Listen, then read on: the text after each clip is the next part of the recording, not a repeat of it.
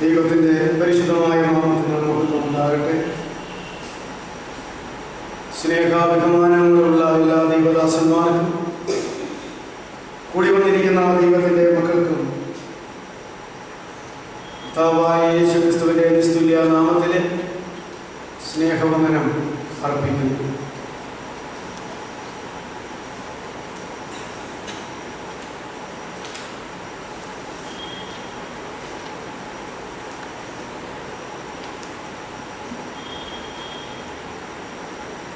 കഴിഞ്ഞ ക്ലാസ്സോടുകൂടെ ദൈവമക്കൾ ആരാണ് എന്നുള്ളതായ ആ വിഷയം തീർന്നു. 22 പോയിന്റുകൾ നമ്മൾ ചിന്തിച്ചു തീർന്നു എന്നാണ് എൻ്റെ ഓർമ്മ.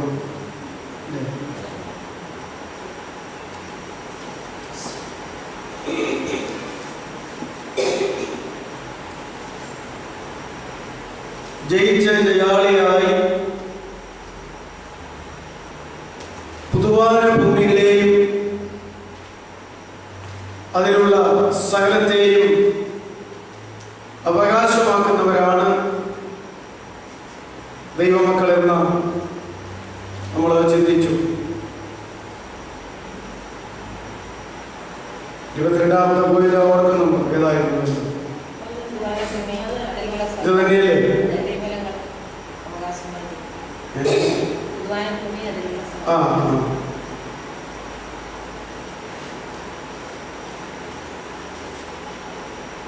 പിന്നെ ഏത് വിഷയമാണ് നമ്മൾ തുടങ്ങുന്നത് എന്ന് പറഞ്ഞിട്ടില്ലായിരുന്നു.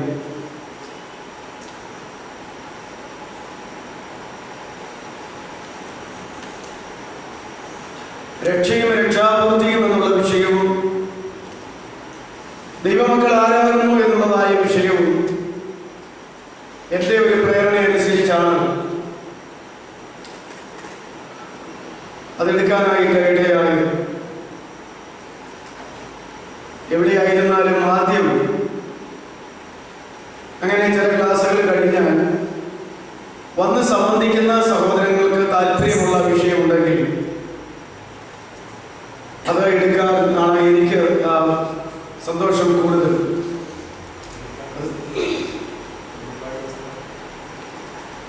വെളിപ്പാട് പുസ്തകം ഈ മരണവും മരണാനന്തര ജീവിതവും അങ്ങനെ ഒരു വിഷയം. അത് പലർക്കും പല സംശയങ്ങളൊക്കെ ഒരുപാട് ഇങ്ങനെ പറയാനൊക്കെ ഇടയാകും. വെളിപ്പാട് പുസ്തകം എല്ലാ സ്ഥലത്തും ഇപ്പോഴും ക്ലാസ് എടുത്തും പ്രസംഗിച്ചും പഠിച്ചും പഠിപ്പിച്ചും ഇരിക്കുന്ന ഒരു വിഷയമാണ്.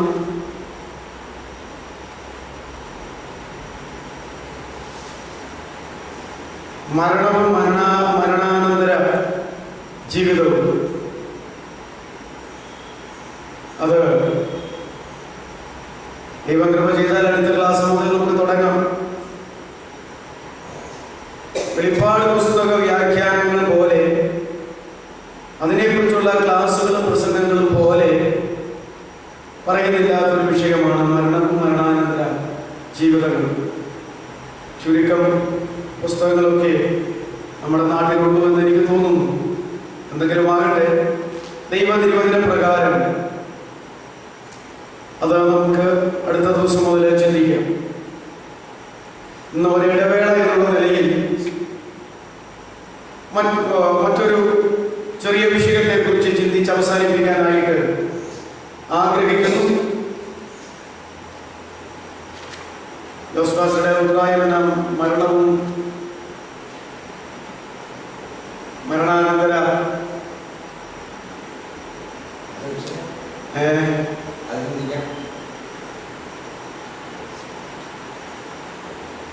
വേറെ എന്തെങ്കിലും വിഷയം ആരെങ്കിലും പറയുകയോ അല്ലെങ്കിൽ പാസ്റ്റർക്ക് അഭിപ്രായം പറയാനുണ്ടായിരുന്നു എന്ന് എനിക്കറിയത്തില്ല. ഇവിടുത്തെ ആൾ അദ്ദേഹമാണല്ലോ. അപ്പോൾ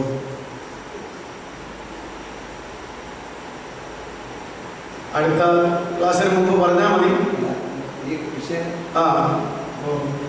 ഈ വിഷയം നമുക്ക് ചിന്തിക്കാം.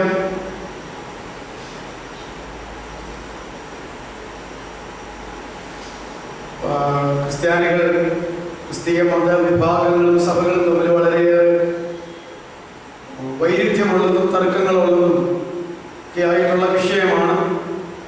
എന്നാൽ വിഷയം വളരെ ലളിതമാണ്. കർത്താവ് ഉള്ള കാര്യങ്ങൾ പോലെ പറഞ്ഞിട്ടുണ്ട്, പിന്നെ അപ്പോസ്തലന്മാരും പറഞ്ഞിട്ടുണ്ട്. പുതിയ നിയമ തിരുവെഴുത്തുകളിലൂടെ ആ വിഷയത്തിൻ്റെ വ്യക്തവും ശക്തവുമായ ആരംഭം മുതൽ അവസാനം വരെയുള്ള കാര്യങ്ങൾ രേഖപ്പെടുത്തിയിട്ടുമുണ്ട്. പിന്നെ പഴയ നിയമത്തിലെ കുറേ വിഷയങ്ങളുണ്ട്. അവിടെയാണ് അതിൻ്റെ വൈരുദ്ധ്യങ്ങൾ ഒക്കെ നിലനിൽക്കുന്നത്. അതേക്കുറിച്ച് നിങ്ങളും പ്രാർത്ഥിക്കുക, ഞാനും പ്രാർത്ഥിക്കാം. ഞാനും എന്നാലാവത് ഒരുങ്ങി വരാം, നിങ്ങളും ഒരുങ്ങി വരിക. നിങ്ങളെല്ലാം ഇങ്ങനെ കേട്ടുകൊണ്ടിരിക്കണം എന്നുള്ള ക്ലാസ്സിൽ അങ്ങനെ ഒരു സിസ്റ്റമില്ല. എല്ലാം ചോദിക്കുകയോ പറയുകയോ ഒക്കെ ചെയ്യാവുന്ന.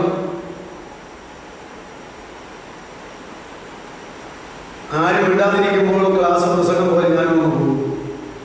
ഇടയ്ക്കിടയ്ക്ക് ചോദിക്കുകയോ വിഷമിപ്പിക്കുകയോ ഒക്കെ ചെയ്താൽ നന്നായിരിക്കും. വിഷമിപ്പിക്കാന്ന് പറഞ്ഞാൽ ചോദ്യങ്ങൾ ചോദിച്ച് വാക്ക് മുട്ടിക്കാനുള്ള അർത്ഥത്തിലാണ്. അപ്പം ഞാൻ പിന്നെ അറിയാൻ മേലാത്തത് അടുത്ത ക്ലാസ്സിൽ ഞാൻ പഠിച്ചു എന്ന് പറയാമെന്ന് പറഞ്ഞ് ചെയ്യാനത് അടുത്ത വിഷയത്തിലേക്ക് കടക്കും. ഇന്ന് നമ്മൾ ചിന്തിക്കുന്നത് ദൈവവചനത്തില്, പുതിയ നിയമത്തില് ഇപ്പോൾ നാം എന്ത് ചെയ്യണം, അടുത്തത് ഇന്ന് നാം എന്ത് ചെയ്യണം, അടുത്തത് ഇനി നാം എന്ത് ചെയ്യണം. ഈ 3 വിഷയങ്ങളെ സംബന്ധിച്ചുള്ളതായ ദൈവത്തിന്റെ കൽപ്പനയുണ്ട്. നാം ചെയ്യുക എന്ന് പറയുമ്പോൾ നമുക്ക് തോന്നിയതല്ല, ദൈവം കൽപ്പിക്കുന്നു. ഇപ്പോൾ നാം എന്ത് ചെയ്യണം, ഇന്ന് നാം എന്ത് ചെയ്യണം, ഇനി നാം എന്ത് ചെയ്യണം. ഏത് മനുഷ്യന്റെ മുമ്പിലും ഇപ്പോൾ എന്ന് പറയുന്ന ഒരു സമയം അവശേഷിക്കുന്നു, ഇന്ന് എന്ന് പറയുന്ന ഒരു ദിവസം അവശേഷിക്കുന്നു, ഇനി എന്ന് പറയുന്ന ഒരു കാലഘട്ടവും ഏറ്റക്കുറച്ചിലുകളോട് കൂടി അവശേഷിക്കുന്നു. ഗവൺമെന്റുകള് എന്താ ആസൂത്രണ പദ്ധതികൾ, ബഡ്ജറ്റുകൾ ഒക്കെ ആവിഷ്കരിച്ച് അതൊക്കെ സമർപ്പിച്ച് അംഗീകരിച്ച് അവരുടെ ഭരണകാലത്ത് നടത്തത്തക്കവണ്ണമുള്ള ക്രമീകരണങ്ങളൊക്കെ ചെയ്യുന്നു. ഗവൺമെന്റ് മാത്രമല്ല, ഈ ലോകത്തിലുള്ള എല്ലാ സമൂഹങ്ങളും സംഘടനകളും പുരോഗമനാത്മകമായ നിലയിൽ, അത് ആത്മീകമാകട്ടെ ഭൗതികമാകട്ടെ, പ്രവർത്തിക്കാനായിട്ട് ആഗ്രഹിക്കുന്നവരെല്ലാം ഇതുപോലെയുള്ള പരിപാടികൾ, ഒരു ഭാവി പ്രോഗ്രാമുകൾ, ടൈം ടേബിളുകൾ എല്ലാം ഉണ്ടാക്കി അവതരിപ്പിച്ച് ഒരു ക്രമീകൃതമായ നിലയിൽ മുമ്പോട്ട് പോകാറുണ്ടെന്നുള്ളത് ഞാൻ പറയാതെ നമുക്ക് എല്ലാവർക്കും അറിയാവുന്ന ഒരു കാര്യമാണ്. എന്നാൽ സർവശക്തനായ ദൈവം മാറ്റമില്ലാത്ത തന്റെ തിരുവചനത്തിലൂടെ ഇപ്പോൾ ചെയ്യേണ്ട കാര്യങ്ങളും, ഇന്ന് എന്ന് പറയുന്ന ഒരു ദിവസം ദൈവം നമുക്ക് നൽകുമ്പോൾ അന്ന് ചെയ്യേണ്ട കാര്യങ്ങളും, ഇനി ഒരു കാലം ദൈവം നമുക്ക് അവശേഷിപ്പിച്ചാൽ അന്ന് ചെയ്യേണ്ട കാര്യങ്ങളും വളരെ വ്യക്തമായിട്ട് രേഖപ്പെടുത്തിയിട്ടുണ്ട്. സമയപരിധിക്കുള്ളിൽ നിന്നുകൊണ്ട് വളരെ വേഗം ഞാൻ അത് പറഞ്ഞ് ദൈവത്തിന്റെ കൃപയനുസരിച്ച് ഈ ദിവസം തന്നെ അതൊക്കെ അവസാനിപ്പിക്കാം. ഒരൊറ്റപ്പെട്ട വിഷയമായിട്ട്, ഒരിടവേളയായിട്ട്, അടുത്തൊരു വിഷയം തുടങ്ങുന്നതിന് മുമ്പ് അതായിരിക്കട്ടെ.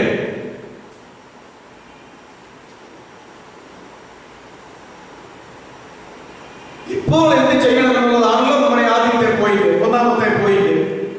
അതിൽ അപ്പോസ്തല പ്രവൃത്തി 17:30 വായിക്കുമ്പോൾ, അപ്പോസ്തല പ്രവൃത്തി 17:30 വായിക്കുമ്പോൾ ആദ്യം എടുക്കുന്ന ഒരാളത് വായിച്ചു. എന്നാൽ അറിയായ്മയുടെ കാലങ്ങളെ ദൈവം ലക്ഷ്യമാക്കാതെ ഇപ്പോൾ എല്ലായിടത്തും എല്ലാവരും മാനസാന്തരപ്പെടണമെന്ന് മനുഷ്യരോട് കൽപ്പിക്കുന്നു. ആ വാക്യം നമുക്ക് എല്ലാവർക്കും കാണാൻ പാടാൻ അറിയാം. ഇപ്പോൾ എന്ന് പറയുന്നതായ ഒരു സമയം അതിനകത്തുണ്ട്. എന്നാൽ അറിയായ്മയുടെ കാലങ്ങളെ ദൈവം ലക്ഷ്യമാക്കാതെ ഇപ്പോൾ എല്ലായിടത്തും എല്ലാവരും മാനസാന്തരപ്പെടണമെന്ന് ദൈവം കൽപ്പിക്കുന്നു. ദൈവത്തിന്റെ ഒന്നാമത്തെ കൽപ്പന എന്ന് മിക്കവാറും വേദപണ്ഡിതന്മാർ പഠിപ്പിക്കുന്നത് ഇതാണ്. എന്ന് പറഞ്ഞാൽ 66 പുസ്തകങ്ങളിലായിട്ട് പുതിയ നിയമത്തിലെ എല്ലാ തിരുവെഴുത്തുകളിലുമായിട്ട് ഇന്നതൊക്കെ ചെയ്തോണം എന്ന് പറഞ്ഞിരിക്കുന്നതെല്ലാം നമുക്ക് ചെയ്യാനുള്ള കൽപ്പനകളാണ്. എന്നാൽ ഇന്നത് ചെയ്യരുത് എന്ന് പറഞ്ഞിട്ടുള്ളതും ചെയ്യാതിരിക്കേണ്ട കൽപ്പനകളാണ്. 2 കൽപ്പനകളാണ്. ചെയ്യണമെന്ന് പറഞ്ഞിട്ടുള്ളത്, ചെയ്യാനുള്ളത്. ചെയ്യരുതെന്ന് പറഞ്ഞിട്ടുള്ളത് ചെയ്യാതിരിക്കേണ്ടതുമായിട്ടുള്ള കൽപ്പനയാണ്. 2 ഒരുപോലെ പ്രാധാന്യമാണ്. എന്നാൽ ഞാൻ പറഞ്ഞത് കൽപ്പന എന്ന അക്ഷരത്താൽ, പദത്താൽ വെളിപ്പെടുത്തപ്പെട്ടിട്ടുള്ളതായ 2 കൽപ്പനയുണ്ട്. അതിൽ ഒന്നാമത്തതാണ് അപ്പോസ്തല പ്രവൃത്തി 17:30. അവിടെ കൽപ്പന എന്നൊരു വാക്കും നമ്മുടെ ചിന്താവിഷയമായിരിക്കുന്ന ഇപ്പോൾ എന്നുള്ളതായിരിക്കുന്ന ഒരു വാക്കുമുണ്ട്. അറിയായ്മയുടെ കാലങ്ങളെ ദൈവം ലക്ഷ്യമാക്കാതെ ഇപ്പോൾ, അതാണ് നമ്മുടെ വിഷയം. ഇപ്പോൾ എല്ലായിടത്തും എല്ലാവരും മാനസാന്തരപ്പെടണമെന്ന് ദൈവം കൽപ്പിക്കുന്നു, മനുഷ്യരോട് കൽപ്പിക്കുന്നു. മനുഷ്യരോടുള്ള ദൈവത്തിന്റെ ഒന്നാമത്തെ കൽപ്പനയാണ് ഇപ്പോൾ മാനസാന്തരപ്പെടണം. മാനസാന്തരപ്പെടണമെന്ന് ദൈവം ആവശ്യപ്പെടുന്ന അതേ സമയത്ത് ഇപ്പോൾ തന്നെ നാം മാനസാന്തരപ്പെടണം എന്നാ ദൈവം കൽപ്പിക്കുന്നത്. ആകയാൽ ഇപ്പോൾ നാം ചെയ്യേണ്ട, ഈ ലോകത്തിലുള്ള ഏതൊരു മനുഷ്യനും ഇപ്പോൾ ചെയ്യേണ്ട ഒരു കാര്യം, ദൈവം മാനസാന്തരപ്പെടുവാൻ പറയുന്ന നിമിഷം തന്നെ അവൻ മാനസാന്തരപ്പെടണം. ആ വചനത്തിന്റെ ആദ്യ ഭാഗം അറിയായ്മയുടെ കാലഘട്ടങ്ങളെ ദൈവം ലക്ഷ്യമാക്കുന്നില്ല. അറിയാൻ വയ്യാത്ത ഒരു കാലഘട്ടം, മാനസാന്തരപ്പെടണമെന്ന് അറിവില്ലാത്ത ഒരു കാലഘട്ടം, ദൈവികമായ വിഷയങ്ങളെ കുറിച്ച് അറിവില്ലാത്ത ഒരു കാലഘട്ടം, അത് ക്ഷമിച്ചു മാറ്റാൻ ദൈവം സന്മനസ്സുള്ളവനാണ്. എന്നാൽ അറിഞ്ഞിട്ട് ദൈവം വെളിപ്പെടുത്തിയിട്ട് ദൈവം ആവശ്യപ്പെട്ടിട്ട് അതുപോലെ ചെയ്യുന്നില്ലെങ്കിൽ ആ കാലഘട്ടം ആ മനുഷ്യനെ സംബന്ധിച്ചിടത്തോളം ദൈവം തള്ളിക്കളയുന്നില്ല, അത് പരിഗണനയിലെടുക്കും. അതാ ഇവിടെ പറഞ്ഞിരിക്കുന്നത്. അതുകൊണ്ട് അറിയായ്മയുടെ കാലങ്ങളെ ദൈവം ലക്ഷ്യമാക്കുന്നില്ല. നമ്മുടെ വിഷയം ഇപ്പോൾ എന്ത് ചെയ്യണമെന്നുള്ളതാണ്. അതിന്റെ ഒന്നാമത്തെ പോയിന്റ് ഇപ്പോൾ തന്നെ മാനസാന്തരപ്പെടണം. ഇപ്പോൾ തന്നെ മാനസാന്തരപ്പെടണം. ഇപ്പോൾ എവിടെ മാനസാന്തരപ്പെടണം? എല്ലാവരും. ആര് മാനസാന്തരപ്പെടണം? എല്ലാവരും മാനസാന്തരപ്പെടണമെന്ന് ദൈവം മനുഷ്യരോട് കൽപ്പിക്കുന്നു. ആകയാൽ ഈ ലോകത്തിലുള്ള മനുഷ്യവർഗത്തോടുള്ള ജാതിമത വർഗവർണ്ണ വ്യത്യാസമില്ലാതെ മനുഷ്യരോടുള്ളതായിരിക്കുന്ന ദൈവത്തിന്റെ ഒന്നാമത്തെ കൽപ്പന, അവർ മാനസാന്തരപ്പെടണമെന്ന് ദൈവം ആവശ്യപ്പെടുമ്പോൾ മാനസാന്തരപ്പെടണം. ദൈവം എങ്ങനെ ആവശ്യപ്പെടുന്നു? ദൈവത്തിന്റെ വചനത്തിലൂടെ ആവശ്യപ്പെടുന്നു, ദൈവത്തിന്റെ പരിശുദ്ധാത്മാവിലൂടെ ആവശ്യപ്പെടുന്നു, ദൈവത്തിന്റെ ദാസന്മാരിലൂടെ ആവശ്യപ്പെടുന്നു. ദൈവം മാനസാന്തരപ്പെട്ട വ്യക്തികളിലൂടെ ആ കാര്യങ്ങൾ ദൈവം നിവർത്തിക്കുന്നു. ആകയാൽ അങ്ങനെ ആവശ്യപ്പെടുന്ന സന്ദർഭത്തിൽ എല്ലാവരും മാനസാന്തരപ്പെടണം. ഇവിടെ കൽപ്പനയാണ്, അല്ലേ? ദൈവം കൽപ്പിക്കുന്നു. ഇനി കൽപ്പന എന്ന് പറഞ്ഞതുകൊണ്ട് രണ്ടാമത്തെ ദൈവത്തിന്റെ ഒരു കൽപ്പന കൂടെ ഞാൻ പറഞ്ഞേക്കാം. അത് നമ്മൾ ഇതിനു മുമ്പ് ചിന്തിച്ചിട്ടുണ്ട്. യോഹന്നാന്റെ സുവിശേഷം കോട്ടപ്പടി ക്ലാസ് എടുത്തപ്പോൾ ഞാൻ പറഞ്ഞത്, ഇവിടെ എടുത്തപ്പോൾ പറഞ്ഞതാ. യോഹന്നാന്റെ സുവിശേഷം 13:34.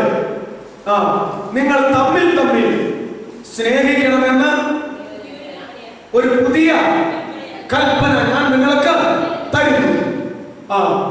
ദൈവം കൽപ്പിക്കുന്നു എന്ന് പറഞ്ഞിട്ട് നമ്മുടെ കർത്താവ് ഒരു കൽപ്പന തന്നു തന്റെ ശിഷ്യന്മാരോട്. നിങ്ങൾ തമ്മിൽ തമ്മിൽ സ്നേഹിക്കണമെന്ന് ഞാൻ പുതിയ ഒരു കൽപ്പന നിങ്ങൾക്ക് തരുന്നു. അപ്പൊ പഴയ കൽപ്പന ഏതാ? അത് ഞാൻ പറഞ്ഞിട്ടുണ്ട്. പഴയ കൽപ്പന ബൈബിളിലുണ്ട്. ന്യായപ്രമാണം മുഴുവൻ ദൈവം തന്നിരിക്കുന്ന കൽപ്പനയാണ്. അതിനെ ചുരുക്കിയിട്ട് 10 എണ്ണപ്പെട്ട കൽപ്പനകൾ ദൈവം ഇസ്രായേലിന് കൊടുത്തു. എന്നിട്ട് ആ 10 കൽപ്പനകളെ കർത്താവ് 2 കൽപ്പനകളായിട്ട് ചുരുക്കി പഠിപ്പിച്ചു. പൂർണ്ണ ഹൃദയത്തോടും പൂർണ്ണ ആത്മാവോടും പൂർണ്ണ മനസ്സോടും പൂർണ്ണ ശക്തിയോടും കൂടെ നീ നിന്റെ ദൈവത്തെ സ്നേഹിക്കണം. രണ്ടാമത്തത്, നിന്നെ പോലെ തന്നെ നിന്റെ കൂട്ടുകാരനെ, നിന്റെ അയൽക്കാരനെ, നിന്റെ സ്നേഹിതനെ സ്നേഹിക്കണം. അപ്പോ ന്യായപ്രമാണം 5 പുസ്തകങ്ങളിലായി ദൈവം കൽപ്പിച്ചു. അതിനെ 10 കൽപ്പനകളാക്കി രത്ന ചുരുക്കമാക്കി എണ്ണമിട്ട് അക്കമിട്ട് എഴുതി കൊടുത്തു ഇസ്രായേലിന്. അത് കഴിഞ്ഞിട്ട് പുതിയ നിയമത്തിൽ നമ്മുടെ കർത്താവ് വന്നപ്പോൾ ആ 10 കൽപ്പനകളെ ദൈവികമായിട്ടുള്ളത് ഒന്നും മാനുഷികമായിട്ടുള്ളത് ഒന്നുമായിട്ട് 2 എണ്ണമാക്കി ചുരുക്കി കൊടുത്തു. ഇത്രത്തോളം കൽപ്പനകൾ നിലവിലിരിക്കുന്ന യഹൂദിയ പശ്ചാത്തലത്തിലാണ് നമ്മുടെ കർത്താവ് അരുളി ചെയ്തത് തന്റെ ശിഷ്യന്മാരോട്. യഹൂദന്മാരിൽ നിന്നും യവനന്മാരിൽ നിന്നും തന്റെ ശിഷ്യന്മാരായി വന്നവരോട് യേശു പറഞ്ഞു, എന്റെ ശിഷ്യന്മാരായ മക്കളെ, നിങ്ങൾ തമ്മിൽ തമ്മിൽ സ്നേഹിക്കണമെന്ന് ഞാനൊരു പുതിയ കൽപ്പന നിങ്ങൾക്ക് തരുന്നു. പുതിയ കൽപ്പനയായത് പഴയ ഈ കൽപ്പന നിലവിലുള്ളത് കൊണ്ടാണ്. അതുകൊണ്ട് അപ്പോസ്തലനായിരിക്കുന്ന പൗലോസ് ഇതിനോടുള്ള ബന്ധത്തിൽ എടുത്തു പറയുന്നതാണ് നമ്മളിപ്പോൾ വായിച്ച അപ്പോസ്തല പ്രവൃത്തി 17:30. എന്നാൽ അറിയായ്മയുടെ കാരണങ്ങളെ ദൈവം ലക്ഷ്യമാക്കാതെ ഇപ്പോൾ എല്ലായിടത്തും എല്ലാവരും മാനസാന്തരപ്പെടണമെന്ന് ദൈവം മനുഷ്യനോട് കൽപ്പിക്കുന്നു.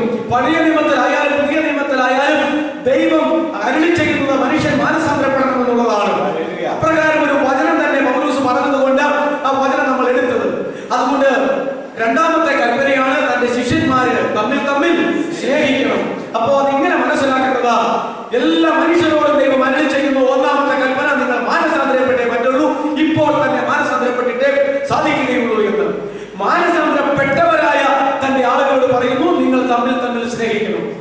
എന്നിട്ട് പറഞ്ഞു, ഞാൻ നിങ്ങളെ സ്നേഹിച്ചതുപോലെ തന്നെ നിങ്ങൾ തമ്മിൽ തമ്മിൽ സ്നേഹിക്കണം. അങ്ങനെ നിങ്ങൾ തമ്മിൽ തമ്മിൽ സ്നേഹിക്കുമ്പോൾ നിങ്ങൾ എന്റെ ശിഷ്യന്മാരെന്ന ലോകം അറിയും. ഇതാണ് ആ കൽപ്പന. നമ്മുടെ വിഷയത്തിലേക്ക് മടങ്ങി വരാം. ഇപ്പോൾ എന്ത് ചെയ്യണം? അപ്പോസ്തല പ്രവൃത്തി 17:30. ഇപ്പോൾ എല്ലായിടത്തും എല്ലാവരും മാനസാന്തരപ്പെടണം. ഈ മാനസാന്തരത്തെ ഉറപ്പിക്കുവാൻ വേണ്ടി നമ്മുടെ കർത്താവിന് മുന്നോടിയായിട്ട്, നമ്മുടെ കർത്താവിന്റെ ശബ്ദമായിട്ട് മരുഭൂമിയിൽ വിളിച്ചു പറയുന്നവന്റെ ശബ്ദമാണിത് എന്ന് പറഞ്ഞുകൊണ്ട് ദൈവരാജ്യത്തെ കുറിച്ച് പ്രഘോഷിക്കുവാൻ വന്ന സ്നാപക യോഹന്നാൻ ആദ്യമായിട്ട് പ്രസംഗിച്ചു തുടങ്ങിയത് എന്താണ്? മാനസാന്തരപ്പെടുക എന്നുള്ളതാണ്. ഒരു വാക്യം വായിക്കാം. മത്തായി 3:1. മത്തായി 3:1.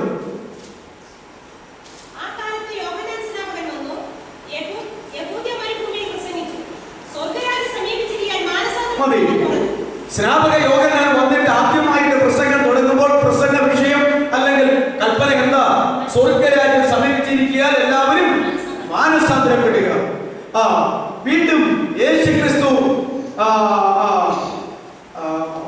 ഇത് തന്നെ പറഞ്ഞതായിട്ട് നമുക്ക് മനസ്സിലാക്കുവാൻ കഴിയുന്നു. മർക്കോസ് 1:15. യോഹന്നാൻ സ്നാപകന്റെ കാലത്തിന് ശേഷം തന്നാൽ സ്നാനമേറ്റ് താൻ തന്നെ പരസ്യ പ്രവർത്തനത്തിന് ഇറങ്ങിത്തിരിക്കും അളവിൽ ആദ്യമായിട്ട് യേശുക്രിസ്തു പ്രസംഗിച്ചു തുടങ്ങിയ വിഷയം മാനസാന്തരപ്പെടണമെന്നാണ്. മർക്കോസ് 1:15. കാലം തികഞ്ഞു, ദൈവരാജ്യം സമീപിച്ചിരിക്കുന്നു, മാനസാന്തരപ്പെട്ട് സുവിശേഷത്തിൽ വിശ്വസിക്കുക. സ്നാപക യോഹന്നാൻ അത് തന്നെ പറഞ്ഞു. നമ്മുടെ കർത്താവും അത് തന്നെ പറഞ്ഞു തുടങ്ങി. ഇനി കർത്താവിന്റെ ശിഷ്യന്മാർ പറഞ്ഞത് നമുക്ക് നോക്കാം. മത്തായി 10:7. മത്തായി 10:7.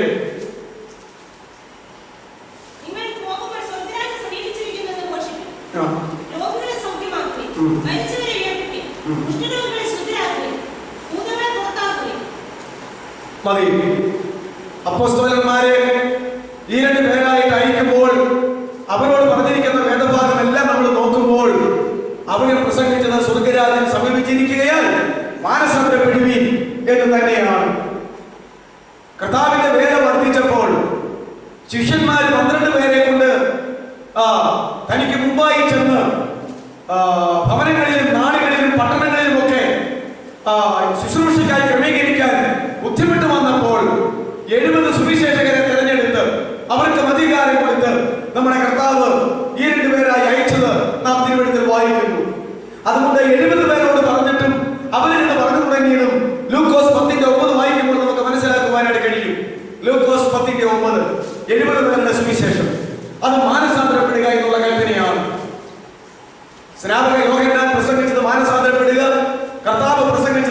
മാനസാന്തരപ്പെടുക, അപ്പോസ്തലന്മാരെ പ്രസംഗിച്ചത് മാനസാന്തരപ്പെടുക, 70 സുവിശേഷകരെ പ്രസംഗിച്ചതും മാനസാന്തരപ്പെടുക. 10:9 വായിച്ചാട്ടെ.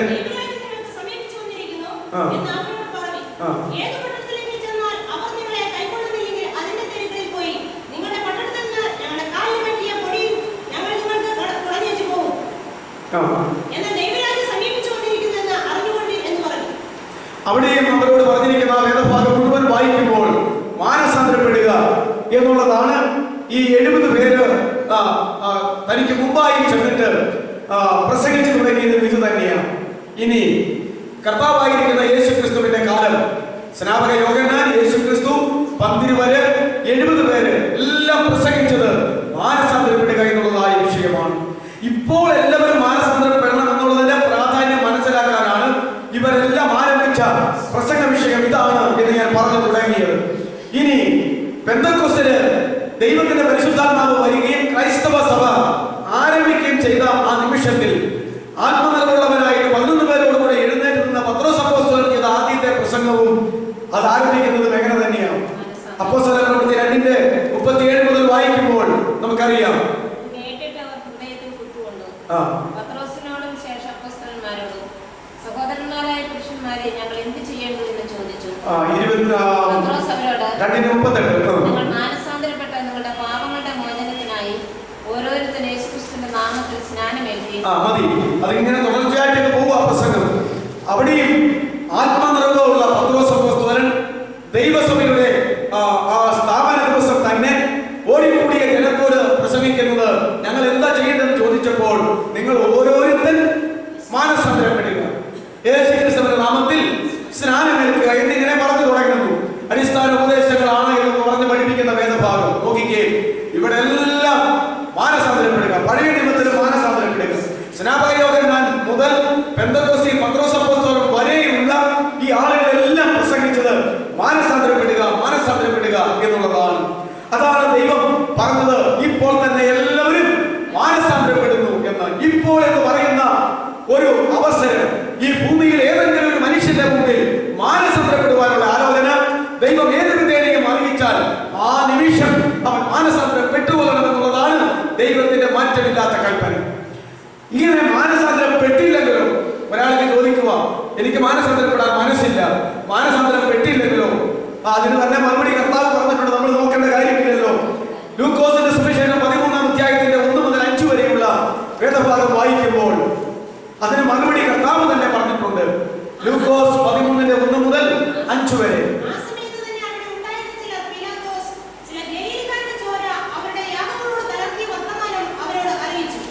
യേശുവിന്റെ പ്രസംഗം കേട്ടുകൊണ്ടിരിക്കുന്ന ചില ആളുകൾ അപ്പം തന്നെ യേശുവിനോട് ഒരു കാര്യം ഉണർത്തിച്ചു. പീലാത്തോസ് ഗലീലയിൽ യാഗം കഴിക്കാനായിട്ട് വന്നവരുടെ ചോര അവരുടെ യാഗത്തോട് കലർത്തി എന്നുള്ളതായിരിക്കുന്ന വർത്തമാനം അവർ യേശുവിനോട് പറഞ്ഞു. അതിനെ യേശു ഉത്തരം പറഞ്ഞത്,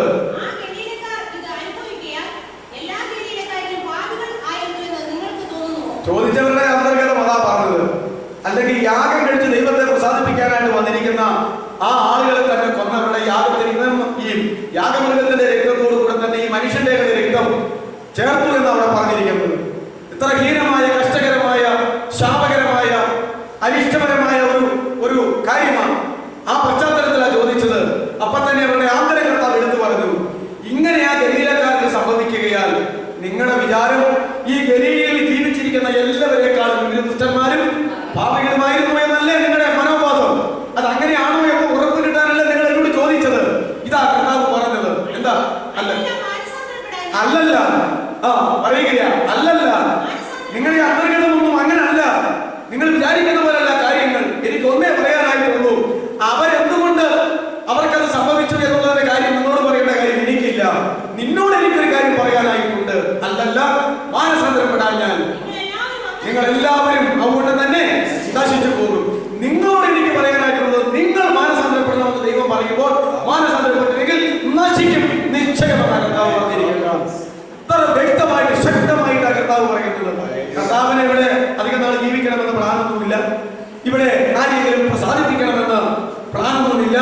തന്റെ പിതാവിനെ മാത്രമല്ലാതെ ലോകത്തിൽ ഒരു മനുഷ്യന്റെ പക്കൽ തന്നെ വിശ്വസിച്ച് ഏൽപ്പിക്കുകയോ മനുഷ്യനെ പ്രസാദിപ്പിക്കുകയോ എന്തിന് തന്നിൽ തന്നെ അവൻ പ്രസാദിക്കുകയോ ചെയ്തിട്ടില്ല എന്ന് പറയുന്നത് പോലെ അവൻ തന്നിൽ തന്നെ പ്രസാദിപ്പിക്കുകയോ ചെയ്തിട്ടില്ല നമ്മുടെ കർത്താവ്. എന്നാൽ ഇന്നത്തെ ദൈവദാസന്മാരും ദൈവമക്കളും എന്ന് പറയുന്ന നമ്മളൊക്കെയും മറ്റുള്ളവരുമെല്ലാം നിവൃത്തിയുണ്ടെങ്കിൽ ദൈവത്തെ പ്രസാദിപ്പിക്കാതെ മനുഷ്യരെ പ്രസാദിപ്പിച്ചും പിന്നെ അവനവനെ പ്രസാദിപ്പിച്ചും മുമ്പോട്ട് പോകുന്ന ഒരർത്ഥത്തിലായിരിക്കുന്നത്. അതുകൊണ്ട് പറഞ്ഞു, ആ ഗലീലക്കാരുടെ കാര്യങ്ങളൊന്നും നിങ്ങൾ പറയണ്ട. നിന്നോട് എനിക്ക് പറയാനായിട്ടുള്ളത് അല്ലല്ല, മാനസാന്തരപ്പെട്ടാൽ നിങ്ങളും അങ്ങനെ തന്നെ നശിച്ചു പോകും. അപ്പോ മാനസാന്തരപ്പെട്ടില്ലെങ്കിൽ പിന്നെ എന്ത് സംഭവിക്കുമെന്ന ലോകത്തിൽ ആര് തന്നെയായാലും നശിച്ചിരിക്കും, നശിച്ചു പോകും. നശിക്കാനായിട്ടുള്ള ഓരോ മുഖാന്തരങ്ങളുണ്ട്.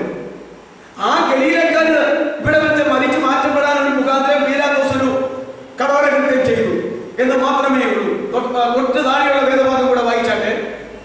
അല്ല,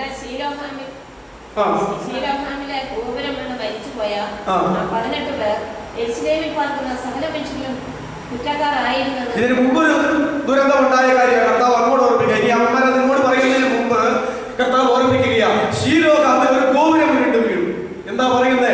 അപ്രതീക്ഷിത സംഭവങ്ങൾ. ഉരുണ്ട് വീണിട്ട് എത്ര പേര് മരിച്ചുപോയി? 18 പേര് ഒറ്റയടിക്ക് മരിച്ചുപോയി. ഇതെല്ലാം ദുരന്തങ്ങൾ. ആയിരക്കണക്കിന് ആളുകൾ മുതൽ നൂറുകണക്കിന് ആളുകൾ മുതൽ 10 കണക്കിന് ആളുകൾ മുതലുള്ള ആളുകളെല്ലാം അപകടത്തിലൂടെ ദുരന്തങ്ങളിലൂടെ മരിക്കുന്നത് നമ്മുടെ കൺമുമ്പിലും നാം അറിഞ്ഞ് കണ്ടുകൊണ്ടിരിക്കുന്നതാണ്. അത് ചോദിക്കാം, 18 പേര് ഗോപുരം ഉരുണ്ട് വീണ് മരിച്ചുപോയ 18 പേര് യെരുശലേമിൽ പാർക്കുന്ന സകല മനുഷ്യരിലും കുറ്റക്കാരായിരുന്നുവെന്ന് നിങ്ങൾക്ക് തോന്നുന്നുവോ? നിങ്ങളുടെ അന്തർഗതം അതാ. ഈ യെരുശലേമിൽ പാർക്കുന്ന എല്ലാ മനുഷ്യരിലും ഭയങ്കര പാപികളും കൊള്ളരുതാത്തവരുമായിരുന്നു ആ 18 പേര്. അതുകൊണ്ട് ദൈവം അവരെ ഗോപുരം ഉരുട്ടി ചാടിച്ച് കൊന്നു കളഞ്ഞെന്ന മനസ്സിലിരിപ്പ് കർത്താവ് ചോദിക്കുകയാണ്, യെരുശലേമിൽ പാർക്കുന്ന എല്ലാവരിലും ഇവർ പാപികളായിരുന്നുവെന്നാണോ നിങ്ങൾ വിചാരിക്കുന്നത്? അതിന്റെ മറുപടി എന്താ? അല്ലല്ല. അവിടെയും എന്താ പറയുന്നത്? മാനസാന്തരപ്പെട്ടില്ലെങ്കിൽ നിങ്ങളും ഔവണ്ണം തന്നെ നശിച്ചു പോകും. ഇതിനെക്കുറിച്ച് നമ്മൾ ചിന്തിക്കുമ്പോൾ രോഗത്താൽ മാനസാന്തരപ്പെട്ടില്ലെങ്കിൽ മരിച്ച് നശിച്ചു പോകാം, അപകടത്താൽ മാനസാന്തരപ്പെട്ടില്ലെങ്കിൽ മരിച്ച് നശിച്ചു പോകാം, മറ്റുള്ളവർ നമ്മെ കൊന്നുമുടിക്കുമ്പോൾ മാനസാന്തരപ്പെട്ടില്ലെങ്കിൽ നശിച്ചു പോകാം. ഈ ലോകത്തിൽ ഒരു മനുഷ്യൻ നശിക്കാൻ എന്തെല്ലാം മുഖാന്തരങ്ങൾ ഉണ്ടോ ആ മുഖാന്തരങ്ങളിൽ കൂടിയെല്ലാം നമുക്ക് മരിച്ച് നശിച്ചു പോകാനായിട്ട് സാധ്യതയുണ്ട്. അതുകൊണ്ട് എത്രയും വേഗം മാനസാന്തരപ്പെട്ടു കൊള്ളുക എന്ന് തന്നെയാണ് നമ്മുടെ കർത്താവ് ചെയ്തിരിക്കുന്നത്. ഇപ്പോൾ എന്ന് പറയുന്ന ഒരു വിഷയം ഞാൻ പറഞ്ഞു നിർത്തട്ടെ. അതുകൊണ്ട് ഇപ്പോൾ എന്ന് പറയുന്ന ഒരു സമയം, ഒരു സെക്കൻഡ് മനുഷ്യൻ എന്നുള്ള നിലയിൽ നമ്മുടെ ഭാഗത്ത് വന്നാൽ നാം എന്ത് ചെയ്തിരിക്കണം? മാനസാന്തരപ്പെട്ടിരിക്കണം. നമ്മളെല്ലാം ദൈവമക്കളായതുകൊണ്ട് നമുക്ക് തോന്നും ഈ മാനസാന്തരം ഇനി ഇപ്പോൾ നമുക്കല്ല, ഇതിനി പുറത്തുള്ളവർക്കാണ്. എന്നാൽ ഞാനിപ്പോൾ ഈ അടുത്ത കാലത്തെല്ലാം പറയുന്ന കാര്യം നിങ്ങൾ കേട്ടിട്ടുണ്ട്. 2 മാനസാന്തരമുണ്ട് വേദപുസ്തകത്തിൽ. ഒന്ന് പാപികളുടെ മാനസാന്തരം, അവർ മാനസാന്തരപ്പെട്ടേ പറ്റുള്ളൂ. മറ്റൊന്ന് വിശുദ്ധന്മാരുടെ മാനസാന്തരം, മാനസാന്തരപ്പെട്ടവരുടെ മാനസാന്തരം. അതുകൊണ്ട് മാനസാന്തരം ഇല്ലാത്ത ഇരിക്കുന്ന ഒരു വ്യക്തിയും ഭൂലോകത്തിൽ ഇല്ല കേട്ടോ. ഒരു ദൈവസഭയും ഇല്ല, ഒരു ദൈവദാസനും ഇല്ല, ഒരു ദൈവ പൈതലും ഇല്ല. അതുകൊണ്ട് മാനസാന്തരത്തെ വചനം തന്നെ 2ആയി തിരിച്ചിരിക്കുന്നു. അനുഭവിക്കുന്ന പാപിയെ ചൊല്ലി സ്വർഗം സന്തോഷിക്കും, മാനസാന്തരപ്പെടുന്ന നീതിമാനെ കുറിച്ച് സ്വർഗം സന്തോഷിക്കും. അത് പാപികൾ മാനസാന്തരപ്പെടുന്ന കാര്യമാണ്. എന്നാൽ വെളിപ്പാട് പുസ്തകം 2-3 അധ്യായത്തിൽ ആസിയിലെ 7 സഭയ്ക്കുള്ള ദൂത് വിളിച്ചു പറയുമ്പോൾ നീ ഇവിടെ നിന്ന് വീണിരിക്കുന്നു എന്നോർത്ത് ആസിയുടെ പ്രവൃത്തി ചെയ്യുക, നീ മാനസാന്തരപ്പെടുക, ഇല്ലാഞ്ഞാൽ ഞാൻ വരികയും നിന്റെ നിലവിളക്കതിന്റെ സ്ഥാനത്ത് നിന്ന് മാറ്റുകയും ചെയ്യുമെന്നാണ് പറഞ്ഞിരിക്കുന്നത്. വെളിപ്പാടിൽ പറയുന്നത് ദൈവസഭയുടെ മാനസാന്തരം, ദൈവദാസന്മാരുടെ മാനസാന്തരം, ദൂതന്മാരുടെ മാനസാന്തരം, ദൂതന്മാർ സമം പാസ്റ്റേഴ്സ്, അതുപോലെ തന്നെ ദൈവമക്കളുടെ മാനസാന്തരം. അതുകൊണ്ട് വിശുദ്ധന്മാരുടെ മാനസാന്തരവും ബൈബിളിലുണ്ട്. ഒരിക്കലായി ശിക്ഷാവിധി മാറ്റപ്പെട്ടു പോകുവാൻ ഭാവികൾ മാനസാന്തരപ്പെട്ട് രക്ഷിക്കപ്പെട്ടവരായി വന്നു കഴിഞ്ഞാൽ പിന്നീടുള്ള ജീവിതകാലത്ത് ഓരോ വിശുദ്ധനും ഓരോ ദൈവദാസനും ദൈവപൈതലും ദിനംതോറും മാനസാന്തരപ്പെട്ടുകൊണ്ട് ഇരിക്കേണ്ടത് വളരെ ആവശ്യമാകുന്നു എന്ന് പറയുന്നു. അതുകൊണ്ട് മാനസാന്തരമില്ലാത്ത ഒരു മനുഷ്യനും ഈ ഭൂമിയിലില്ല. എന്നാൽ നിർഭാഗ്യകരമെന്ന് പറയട്ടെ, വേർപാടുകാർക്ക് മനസ്സിലാക്കാത്ത ഒരു വിഷയമാണ് വിശുദ്ധന്റെ മാനസാന്തരം എന്നുള്ളത്. ഒരൊറ്റ മാനസാന്തരത്തെ കുറിച്ച് മാത്രമേ അവർക്ക് അറിയത്തുള്ളൂ. ആകയാൽ വിശുദ്ധന്റെ മാനസാന്തരം അവിടെയാ കർത്താവ് പറഞ്ഞത് മുമ്പന്മാര് മുമ്പന്മാരാകും എന്നൊക്കെ പറഞ്ഞിരിക്കുന്നത്. അതുകൊണ്ട് ഭാവികൾ മാനസാന്തരപ്പെടുന്ന പോലെ തന്നെ മാനസാന്തരപ്പെട്ടവര് പിന്നെയും മാനസാന്തരപ്പെടണം. അതുകൊണ്ട് ഭാവിയുടെ മാനസാന്തരവും വിശുദ്ധന്റെ മാനസാന്തരവും എന്നുള്ള 2 മാനസാന്തരങ്ങൾ അസന്നിഗ്ധമായ ഭാഷയിൽ ഇതിനകത്ത് രേഖപ്പെടുത്തിയിട്ടുണ്ട്. ഈ 2 വിഷയങ്ങൾ വെച്ച് നോക്കുമ്പോൾ ഓരോ ദിവസവും മാനസാന്തരത്തിന് ഒരു അവസരം നമുക്ക് കിട്ടിയാൽ മാനസാന്തരപ്പെട്ടേ പറ്റുകയുള്ളൂ എന്നുള്ള ദൂത് ദൈവം മാറ്റമില്ലാതെ നമ്മോട് അറിയിച്ചു കൊണ്ടിരിക്കുന്നു. ഇപ്പോൾ എന്നുള്ളതിന്റെ രണ്ടാമത്തെ പോയിന്റിലേക്ക് നമുക്ക് കടന്നു വരാം. 2 കൊരിന്തി 6:2. 2 കൊരിന്തി 6:2.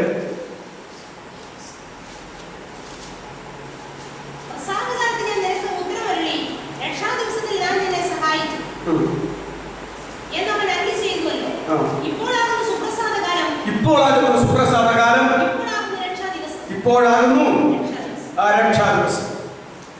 ഇപ്പോൾ എന്ന് പറയുന്നത് പഴയ നിയമ പ്രവചനം ഉദ്ധരിച്ചുകൊണ്ട് അവിടെ നമുക്ക് വായിക്കാനായിട്ട് കഴിയും. അപ്പോസ്തലനെ കർത്താവ് സ്നാനപ്പെട്ട് പരിശുദ്ധാത്മാവിനാൽ നിറഞ്ഞ് താൻ ചെയ്യാൻ പോകുന്ന രക്ഷണീയ വേലകൾ, തന്നെ അഭിഷേകം ചെയ്തതിന്റെ ഉദ്ദേശങ്ങൾ പ്രവചനപരമായി അവിടെ പറയുമ്പോൾ ദൈവത്തിന്റെ പ്രസാദ കാലവും ദൈവത്തിന്റെ പ്രതികാര ദിവസവും എന്നവിടെ രേഖപ്പെടുത്തിയിട്ടുണ്ട്. ഇത് രണ്ടും അറിയിപ്പാൻ യഹോവയായ ദൈവം എന്നെ അഭിഷേകം ചെയ്തിരിക്കുന്നു എന്നാ പറയുന്നത്. യഹോവയായ ദൈവം എന്നെ ബദ്ധന്മാർക്ക് വിടുതൽ എന്നൊക്കെ പറഞ്ഞു തുടങ്ങിയിട്ട് ദൈവത്തിന്റെ പ്രസാദ പരീക്ഷ പ്രസംഗിപ്പാനും അവന്റെ പ്രതികാര നാളുകൾ പ്രസംഗിപ്പാനും ദൈവം എന്നെ അഭിഷേകം ചെയ്ത് അയച്ചിരിക്കുന്നു എന്ന് പറഞ്ഞ് അവസാനിപ്പിക്കുകയാണ്. എന്ന് ഈ വേദഭാഗം താൻ ഒരിക്കൽ കപ്പർനാഥുവിനെ പള്ളിയിൽ ആയിരുന്നുകൊണ്ട് ശുശ്രൂഷക്കാരുടെ കയ്യിൽ നിന്ന് വേദപുസ്തകം വാങ്ങിച്ചിട്ട്, അന്നത്തെ തിരുവെഴുത്ത് വാങ്ങിച്ചിട്ട് എടുത്ത് വായിച്ചു കഴിഞ്ഞപ്പോൾ നാം ആ വേദഭാഗത്ത് ലൂക്കോസിന്റെ സുവിശേഷം 4:18 മുതൽ 21 വരെ വായിക്കുമ്പോൾ, ലൂക്കോസ് 4:18 മുതൽ 21 വരെ വായിക്കുമ്പോൾ യെശയ്യാവിൽ പറഞ്ഞിരിക്കുന്നതായ വേദഭാഗം വായിച്ചിട്ട് പുസ്തകം മടങ്ങി ശുശ്രൂഷക്കാരുടെ കയ്യിൽ കൊടുത്തുകൊണ്ട് ഇന്ന് ഈ ശബ്ദം കേൾക്കുകയാൽ, ഈ വചനം നിങ്ങൾ അറിയുകയാൽ ഈ തിരുവെഴുത്തിന് നിവൃത്തി വന്നിരിക്കുന്നു എന്ന് പറഞ്ഞ് ആ തിരുവെഴുത്ത് എന്നെ കുറിച്ച് പറഞ്ഞിരിക്കുന്നത് ഞാൻ യഹോവയാൽ അഭിഷിക്തനായി കടന്നു വന്നിരിക്കുന്ന ആള് എന്ന് അന്ന് പള്ളിയിലൂടെ ആളുകളോട് പ്രസംഗിച്ചു എന്നാണ് നമ്മളിവിടെ വായിക്കുന്നത്. അവിടെ ഒരു വാക്ക് വിട്ടുകളഞ്ഞുവെന്നാണ് ഞാൻ ഈ പറഞ്ഞു വരുന്നത്.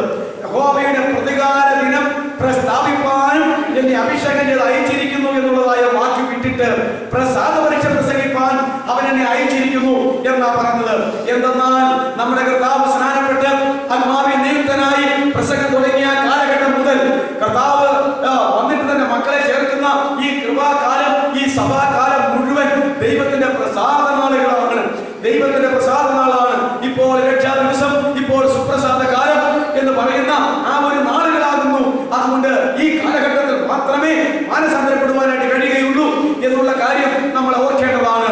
എന്നാൽ മാനസാന്തരപ്പെടാത്തവരോട് പ്രസംഗിക്കുന്ന വിഷയമാണ്. മാനസാന്തരപ്പെടാത്തവരോട് പ്രസംഗിക്കേണ്ട വിഷയമാണ് പ്രതികാര നാളിനെ കുറിച്ച്. ഇപ്പൊ തന്നെ സ്നാപക യോഹന്നാൻ മുതൽ പത്രോസ് അപ്പോസ്തലൻ വരെ മാനസാന്തരപ്പെടണമെന്ന് പ്രസംഗിച്ചു. യേശുക്രിസ്തു 3.5 കൊല്ലം പ്രസംഗിച്ചു. പക്ഷേ താൻ പ്രസംഗിച്ച വ്യക്തികള്, കുടുംബങ്ങള്, പട്ടണങ്ങള്, ദേശങ്ങള് മാനസാന്തരപ്പെടായികയാൽ 3.5 വർഷം അവസാനത്തിലേക്ക് വന്നപ്പോഴത്തേക്കും താൻ അവയെ ശാസിച്ചുകൊണ്ട് അവരോട് ന്യായവിധിയെ കുറിച്ച് പ്രസംഗിച്ചു എന്ന് സുവിശേഷത്തിൽ നമുക്ക് വായിക്കുവാനായിട്ട് കഴിയും. എത്രയെത്ര സ്ഥലത്താണ് പറഞ്ഞിരിക്കുന്നത്. അവിടെ പറഞ്ഞിട്ടുണ്ട്, സ്വർഗത്തോളം ഉയർന്ന കപ്പർനാഹൂമേ, നീ എങ്ങോട്ട് താഴ്ന്നു പോകും? പാതാളത്തോളം താഴ്ന്നു പോകും. പറയുകയാ, നിന്നിൽ നടന്ന വീര്യപ്രവൃത്തികൾ സൂര്യനും സീതോരനും നടന്നിരുന്നുവെങ്കിൽ ഒരു പണ്ട് തന്നെ രട്ടിലും വെണ്ണീരിലും കിടക്കുമായിരുന്നു. നിന്നിൽ നടന്ന വീര്യപ്രവൃത്തികൾ സ്വതന്ത്രമായി നടന്നിരുന്നുവെങ്കിൽ അവർ പണ്ടേ തന്നെ രട്ടിലും വെണ്ണീരിലും കിടക്കുമായിരുന്നു. പഴയ നിയമ പശ്ചാത്തലത്തിൽ പുതിയ നിയമ കാലത്ത് കർത്താവിന്റെ നാളുകളിൽ ആളുകൾക്ക് അറിയാം സോദോം ഗൊമോറയുടെ അവസ്ഥ എന്തായെന്ന്, സോർ സീദോന്റെ അവസ്ഥ എന്തായെന്ന്. അതൊക്കെയായി തകർന്ന് ദൈവത്തിന്റെ ഭയങ്കരമായ ശിക്ഷയാൽ തകർന്നു പോയിരിക്കുകയാ. ഈ കാര്യം അറിയാവുന്ന ജനത്തോടാ പറഞ്ഞത്, ഇന്ന് ഞാൻ നിങ്ങളുടെ അടുക്കൽ നടത്തിയ ഈ ശുശ്രൂഷകൾ സോദോം ഗൊമോറയിലാണ് കൊണ്ട് നടത്തിയിരുന്നുവെങ്കിൽ അവർ രട്ടിലും വെണ്ണീരിലും കിടന്നനുഭവിക്കുമായിരുന്നു. ഇന്ന് ഞാൻ നിങ്ങളോട് അറിയിക്കുന്ന ഈ സുവിശേഷം സോർ സീദോനിൽ ചെന്ന് ഞാൻ പറഞ്ഞിരുന്നുവെങ്കിൽ അവർ പണ്ട് രട്ടിലും വെണ്ണീരിലും കിടന്നുകൊണ്ട് അനുഭവിക്കുമായിരുന്നു. എന്നാൽ അനുഭവിക്കാത്ത നിങ്ങളുടെ അവസ്ഥ അവരെക്കാൾ വലിയ ദുരന്തമാകുന്നു എന്ന് എന്റെ കർത്താവ് പറഞ്ഞു തുടങ്ങി. അതുകൊണ്ട് പ്രസാദ പരീക്ഷ പ്രസംഗിച്ചിട്ട് താൻ മരിക്കുന്നതിന് മുമ്പ് താൻ പ്രസംഗിച്ച എല്ലാവരോടും പ്രതികാര നാളുകൾ വിളിച്ചു പറഞ്ഞിട്ടാണ് അവൻ കടന്നുപോയിരിക്കുന്നത്. അങ്ങനെയാണ് അതിന്റെ ക്രമീകരണം ദൈവം വരാൻ വെച്ചിരിക്കുന്നത്. അതുകൊണ്ട് 2 കൊരിന്ത്യർ 6:2 പ്രകാരം വായിക്കുന്നു, ഇപ്പോൾ സുപ്രസാദകാലം, ഇപ്പോൾ രക്ഷാ ദിവസം. അതുകൊണ്ട് എല്ലാവരും മാനസാന്തരപ്പെട്ട് രക്ഷിക്കപ്പെട്ട് ദൈവഭാഗത്ത് വരേണ്ട ഒരു സന്ദർഭമാകുന്നു. അതിന് നീക്കുപോക്കില്ല എന്ന് നമുക്ക് മനസ്സിലാക്കുവാനായിട്ട് കഴിയും. പ്രതികാര നാളുകളെ കുറിച്ച്, ഭൂലോകത്ത് മുഴുവനായി വരാൻ പോകുന്ന പ്രതികാര നാളുകളെ കുറിച്ച് വെളിപ്പാട് പുസ്തകം 6-ാം അധ്യായം മുതൽ 18-ാം അധ്യായം വരെയുള്ള 13 അധ്യായങ്ങളിൽ ലോകത്തിന്റെ മേൽ വരുന്ന ദൈവത്തിന്റെ കോപകലശങ്ങളും മാനസാന്തര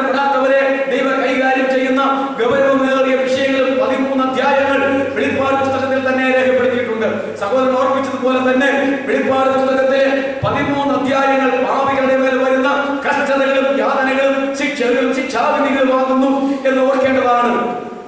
അതുകൊണ്ട് വേദശാസ്ത്രന്മാർ ഇപ്രകാരം പറയുന്നു, മാനസാന്തരപ്പെടണമെന്ന് പറയാൻ ദൈവം ഉപയോഗിച്ച അധ്യായങ്ങളെക്കാൾ, വാക്യങ്ങളെക്കാൾ, വിഷയങ്ങളെക്കാൾ കൂടുതൽ ശിക്ഷാവിധിയെ കുറിച്ച് പറയുവാൻ ദൈവത്തിന്റെ പരിശുദ്ധാത്മാവ് വേദപുസ്തകത്തിൽ അവസരം കണ്ടെത്തപ്പെട്ടിരിക്കുന്നു. വെളിപ്പാടിലെ 6 മുതൽ 13 വരെയുള്ള ആ അധ്യായങ്ങൾ, 13 അധ്യായങ്ങൾ മുഴുവൻ മാനസാന്തരപ്പെടാത്ത ജനതയുടെ മേൽ ദൈവം വഹിക്കുന്ന ശിക്ഷകളും ശിക്ഷാവിധികളെ കുറിച്ചും വളരെ പറഞ്ഞിട്ടുണ്ട്. അവിടെ എല്ലാം നമ്മൾ വായിക്കുന്നത്, ഇത് സംഭവിച്ചെങ്കിലും അവരാരും മാനസാന്തരപ്പെട്ടില്ല, ഇങ്ങനെ സംഭവിച്ചെങ്കിലും അവരാരും മാനസാന്തരപ്പെട്ടില്ല, അവരെല്ലാം പിന്നെയും ദൈവത്തെ ദുഷിക്കുകയാണ് ചെയ്തത്. എന്തുകൊണ്ടാണെന്ന് അറിയാമോ? പാപബോധം കൊടുക്കുവാൻ, നീതിബോധം കൊടുക്കുവാൻ, ന്യായവിധി ബോധം കൊടുക്കുവാൻ കഴിവുള്ള ദൈവത്തിന്റെ പരിശുദ്ധാത്മാവ് മാറ്റപ്പെടുന്ന ഒരു സമയം കടന്നു വരാൻ പോവുകയാണ്. ആ സമയം വന്നു കഴിഞ്ഞാൽ ലോകത്തിൽ എത്ര ആരും വിചാരിച്ചാലും മാനസാന്തരം നടക്കത്തില്ല. അന്ന് അവർ പറയുന്നത് മരപ്പാറകളോടും പർവ്വതങ്ങളോടും വിളിച്ചപേക്ഷിക്കുകയാ, അല്ലയോ ദൈവത്തിന്റെ കോപം, കുഞ്ഞാടിന്റെ കോപം ഞങ്ങൾക്ക് സഹിക്കാൻ വയ്യ, അതുകൊണ്ട് മരപ്പാറകളെ, പർവ്വതങ്ങളെ ഞങ്ങളെ മറിഞ്ഞു വീട് ഞങ്ങളെ നശിപ്പിക്കുക. കുഞ്ഞാടിന്റെ കോപം വന്നിരിക്കുന്നല്ലോ, അവന്റെ ക്രോധപുസ്തകത്തിൽ ആര് നിൽക്കുമെന്ന് പറഞ്ഞുകൊണ്ട് മാനസാന്തരത്തിനിടയില്ലാതെ കൊണ്ട് അതേ പാറകളോടും പർവ്വതങ്ങളോടും വിളിച്ചപേക്ഷിക്കുന്ന ഒരു നാട് വരുമെന്ന് അവിടെ രേഖപ്പെടുത്തിയിരിക്കുകയാ. ഈ പശ്ചാത്തലത്തിലാണ് ഇപ്പോൾ സുപ്രസാദ കാലം, ഇപ്പോൾ രക്ഷാ ദിവസം, ഇപ്പോൾ തന്നെ മാനസാന്തരപ്പെടണം എന്ന് പറഞ്ഞു തുടങ്ങിയിരിക്കുന്നത്. ഇപ്പോൾ എന്നുള്ള വിഷയത്തിന്റെ 3-ാമത്തെ പോയിന്റിലേക്ക് നമുക്ക് കടന്നു വരാം. 3-ാമത്തെ പോയിന്റ് മത്തായി 3:15. മത്തായി 3:15. 1-ാമത്തെ പോയിന്റ് ഇപ്പോൾ എന്ത് ചെയ്യണമെന്നുള്ളത്. അതിൽ തന്നെ 3 കാര്യങ്ങൾ പറഞ്ഞ് ഞാൻ അവസാനിപ്പിക്കാൻ പോകുന്നു. ഈ സന്ദർഭം നമുക്കറിയാം. അനേകർ സ്നാനപ്പെടാൻ സ്നാപകയോഹന്നാന്റെ അടുക്കിലേക്ക് ചെന്നപ്പോൾ ആ കൂട്ടത്തിൽ കർത്താവ് സ്നാനപ്പെടാൻ ചെന്നു. കർത്താവിനെ തിരിച്ചറിഞ്ഞ സ്നാപകയോഹന്നാൻ പറഞ്ഞു, നീ എന്തുകൊണ്ട് സ്നാനപ്പെടാൻ വന്നു എന്റെ അടുക്കൽ? നിന്നാൽ സ്നാനങ്ങളിൽ പോകാൻ എനിക്ക് ആവശ്യം, അതുകൊണ്ട് വന്നതല്ലേ. ഇപ്പോൾ നീ ഇങ്ങോട്ട് മാറുന്നു, ഞാൻ അവിടെ നിന്ന് ഒന്ന് സ്നാനപ്പെട്ടേക്കാം, എന്നെ സ്നാനപ്പെടുത്താൻ നീ അയോഗ്യൻ എന്ന് പറഞ്ഞു. അങ്ങനെ കർത്താവിനെ തടഞ്ഞു. അപ്പോൾ ആ കർത്താവ് പറഞ്ഞത്, ഇപ്പോൾ സമ്മതിക്കുക യോഹന്നാനെ, ഇങ്ങനെ സകല നീതിയും നിവർത്തിക്കപ്പെടേണ്ടതാകുന്നു. അതിന്റെ അർത്ഥം ഇതാ, ഞാൻ പറഞ്ഞിട്ടുണ്ട്, നീതി എന്ന ബൈബിളിൽ കാണുന്ന, പുതിയ നിയമത്തിൽ കാണുന്ന ആ വാക്കിന് 2 അർത്ഥങ്ങൾ എപ്പോഴും ഉണ്ട്, 3 അർത്ഥങ്ങൾ എപ്പോഴും ഉണ്ട്. ഒന്നാമത് നീതി എന്ന് പറഞ്ഞാൽ നീതീകരണം എന്ന അതിന്റെ അർത്ഥം. നീതി എന്ന് പറഞ്ഞാൽ നീതീകരണം എന്ന അതിന്റെ അർത്ഥം. 2 Corinthians 5:21 പാപം അറിയാത്തവരെ നാം അവനിൽ ദൈവത്തിന്റെ നീതിയാകേണ്ടതിന് അവൻ നമുക്ക് വേണ്ടി പാപമാക്കി. എന്നാൽ അതിന്റെ അർത്ഥം നാം അവനിൽ ദൈവത്തിന്റെ നീതിയാകുക.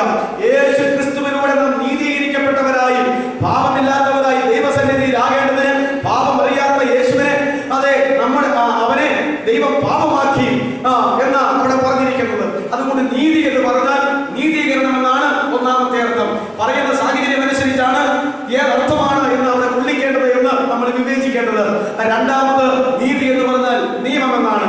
സ്നാപകയോഹന്നാന്റെ അടുക്കൽ ഇങ്ങനെ സകല നീതിയെ നിവർത്തിക്കപ്പെടണമെന്ന് പറഞ്ഞാൽ ഇപ്പോൾ ഞാൻ നീതീകരിക്കപ്പെടണമെന്നോ നീ നീതീകരിക്കപ്പെടണമെന്നോ അല്ല, അത് രണ്ടും അവിടെ സംഭവിച്ചിരിക്കുകയാണ്. ഏത് യേശു ക്രിസ്തുവിനോട് നീതീകരണം ആവശ്യമില്ല, കാരണം അവൻ പാപമുള്ളവനല്ല. സ്നാപക യോഹന്നാൻ ഗർഭത്തിലെ ആത്മനിറവിലായി ഒരു പ്രത്യേക ദൗത്യത്തിന് വേണ്ടി ഇറങ്ങി തിരിച്ചിരിക്കുകയാണ്. അതുകൊണ്ട് ഇവിടെ നീതി എന്ന് പറഞ്ഞത് ദൈവത്തിന്റെ നിയമങ്ങൾ എന്നർത്ഥം.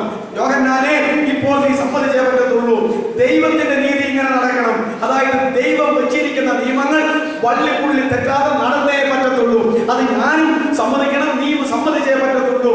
നിന്റെ കൈക്കീഴിൽ ഇപ്പോൾ സ്നാനമേൽക്കുക എന്നുള്ളത് ദൈവം എനിക്ക് വെച്ചിരിക്കുന്ന ഒരു നിയമമാണ്, അതുകൊണ്ട് നീ അത് സമ്മതിക്കണമെന്ന് പറഞ്ഞു. അതാ ഇപ്പോൾ സമ്മതിക്കാം. ഇങ്ങനെ സകല നീതിയും നിവർത്തിക്കപ്പെടേണ്ടതാകുന്നു. 3-ാമത്തെ നീതി കൂടെ ഞാൻ പറയാം, അത് ലോകത്തിലുള്ള നീതി. ഏത് മനുഷ്യനും അവന്റെ അവന്റെ മനസാക്ഷിയിലൂടെ, ക്രിസ്ത്യാനിയാകട്ടെ അക്രൈസ്തവരാകട്ടെ, ഹിന്ദുവാകട്ടെ മുസൽമാനാകട്ടെ, ക്രിസ്ത്യാനിയാകട്ടെ ദൈവവൈദ്യരാകട്ടെ, ആര് തന്നെയും ആകട്ടെ, അവന്റെ മനസാക്ഷിയിലൂടെ ഒരു നീതിബോധമുണ്ട് എന്ന് നമുക്കറിയാം.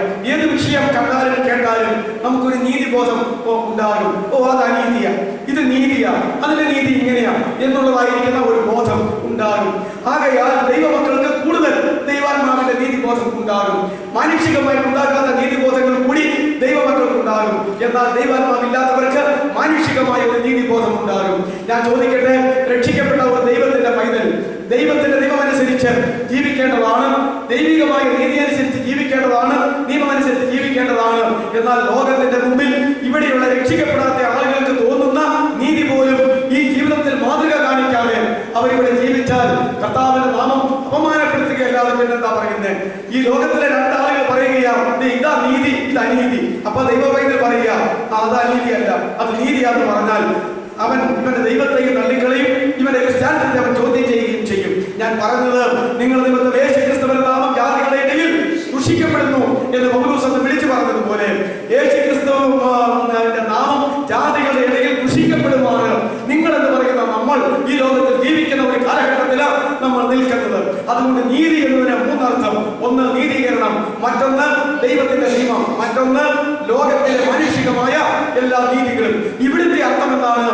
ഇപ്പോൾ സമ്മതിക്കാം, ഇപ്പോൾ സമ്മതിക്കാം, ഇങ്ങനെ സകല നീതിയും നിവർത്തിക്കപ്പെടേണ്ടതാണ് എന്ന് പറഞ്ഞാൽ ഇപ്പോൾ എന്ന് പറയുന്ന ഒരു അവസരം ദൈവം നമ്മുടെ മുമ്പിൽ വന്നാൽ ദൈവത്തിന്റെ കൽപ്പനകൾ അനുസരിക്കാനുണ്ടെങ്കിൽ അത് അനുസരിച്ചേ പറ്റത്തുള്ളൂ, അനുസരിച്ചേ പറ്റത്തുള്ളൂ. ഇപ്പോൾ എന്ന് പറയുന്ന ഒരു കാലഘട്ടത്തിൽ ദൈവം നമുക്കായി വെച്ചിരിക്കുന്ന എല്ലാ നിയമങ്ങളും അനുസരിച്ചേ പറ്റത്തുള്ളൂ. യോഹന്നാനെ നീ സമ്മതിച്ചേ പറ്റത്തുള്ളൂ.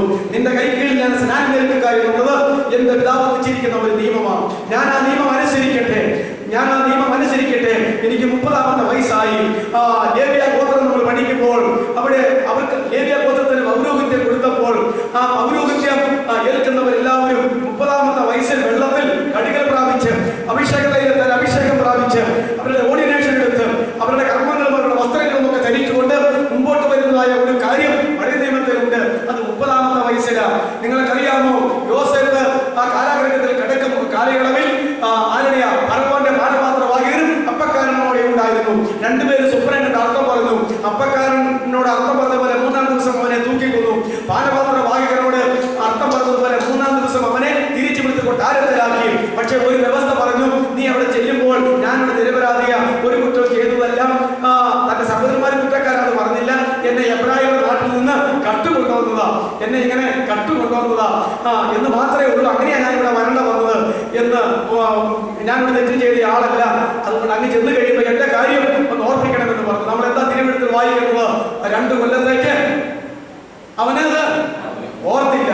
എനിക്ക് അന്ന് മുതൽ ഇന്ന് വരെ, ഇപ്പോഴല്ല ഈ അടുത്ത നാൾ വരെയും ആ പാനപാത്രക്കാരൻ എനിക്ക് ദേഷ്യം തോന്നുമായിരുന്നു. നന്ദി കെട്ടവൻ, നന്ദി കെട്ടവൻ അല്ലേ? പക്ഷേ പിന്നീട് ഒരു കാര്യം മനസ്സിലായത്, 30-ാമത്തെ വയസ്സിലാ ആര് രാജസ്ഥാനിൽ നിന്ന് വരേണ്ടത്? നമ്മുടെ കർത്താവിന്റെ ഒരു മുൻകുറിയായി നിൽക്കുന്ന യോസേഫ് 30-ാമത്തെ വയസ്സിലാ അത് വരേണ്ടത്. പഴയ നിയമം പഠിക്കുമ്പോഴൊക്കെ 30-ാമത്തെ വയസ്സിൽ ഒരു സ്ഥാനത്തേക്ക് വരുന്ന കാര്യമുണ്ട്. നമ്മുടെ കർത്താവ് 30-ാമത്തെ വയസ്സിലാ സ്നാനപ്പെടാനായിട്ട് വന്നത്. അതുകൊണ്ടാണ് ഈ സമയം മാറ്റാൻ, അങ്ങോട്ടോ കൂടെ മാറ്റാനായിട്ട് പറ്റത്തില്ല, ഇപ്പോൾ സമ്മതിച്ചേ പറ്റുകയുള്ളൂ എന്ന് പറഞ്ഞത്. അതുകൊണ്ട് ദൈവം വയസ്സ് ഓർക്കുന്നവന്, സമയം ഓർക്കുന്നവന്, സന്ദർഭം ഓർക്കുന്നവന്, വാഗ്ദാനം ഓർക്കുന്നവന് അത് വള്ളിപ്പുള്ളി തെറ്റാതെ 1 സെക്കൻഡ് അപ്പുറത്തേക്ക് ഇപ്പുറത്തേക്ക് പോകാതെ സകല മനുഷ്യരെ കുറിച്ച് ഉണ്ടായിരിക്കുന്ന വാഗ്ദാനം നിറവേറ്റുവാൻ അവൻ അന്നും ഇന്നും വിശ്വസ്തനാണ് കേട്ടോ. അതുകൊണ്ട് നമ്മുടെ ധൃതി പോലെ കാര്യങ്ങൾ നടക്കത്തില്ല, നമ്മൾ താമസിച്ചാലും നടക്കത്തില്ല. ദൈവം ആ കൃത്യസമയത്ത് എല്ലാ കാര്യങ്ങളും ചെയ്തിരിക്കും. അതുകൊണ്ട് ഇപ്പോൾ നമ്മുടെ മുൻപാകെ ദൈവം വയ്ക്കുന്ന നാം അനുസരിക്കേണ്ട നിയമങ്ങളെല്ലാം വള്ളിപ്പുള്ളി തെറ്റാതെ അനുസരിക്കണം. ഇപ്പോൾ എന്നുള്ള പോയിന്റിൽ ഞാൻ 3 കാര്യങ്ങൾ പറഞ്ഞു, അതവിടെ അവസാനിപ്പിക്കട്ടെ. ഇനി 2ാമത്തെ വലിയ പോയിന്റ്, ഇന്ന് എന്ന് പറയുന്ന ഒരു ദിവസം നാം എന്ത് ചെയ്യണം എന്നുള്ളതാണ്. ഇന്ന് എന്ന് പറയുന്ന ഒരു ദിവസം യാക്കോബിന്റെ ലേഖനം 4:13 മുതൽ 17 വരെ വായിക്കുമ്പോൾ, യാക്കോബിന്റെ ലേഖനം 4:13 മുതൽ 17 വരെ വായിക്കുമ്പോൾ ആരെങ്കിലും ഒന്ന് വായിച്ചാൽ മതി, അല്ലെങ്കിൽ സമയം കിട്ടത്തില്ല. മതി. ഇന്നോ നാളെയോ ഞങ്ങൾ ഇന്ന പട്ടണത്തിൽ പോയി അവിടെ ഒരാണ്ട് കഴിച്ച് വ്യാപാരം ചെയ്ത് ലാഭമുണ്ടാക്കി ധനികനായി മടങ്ങി വരും എന്നൊന്നും ഇന്ന് പമ്പ് പറഞ്ഞ് പ്രശംസിക്കേണ്ടതായിട്ട് പറഞ്ഞിരിക്കുന്നത്.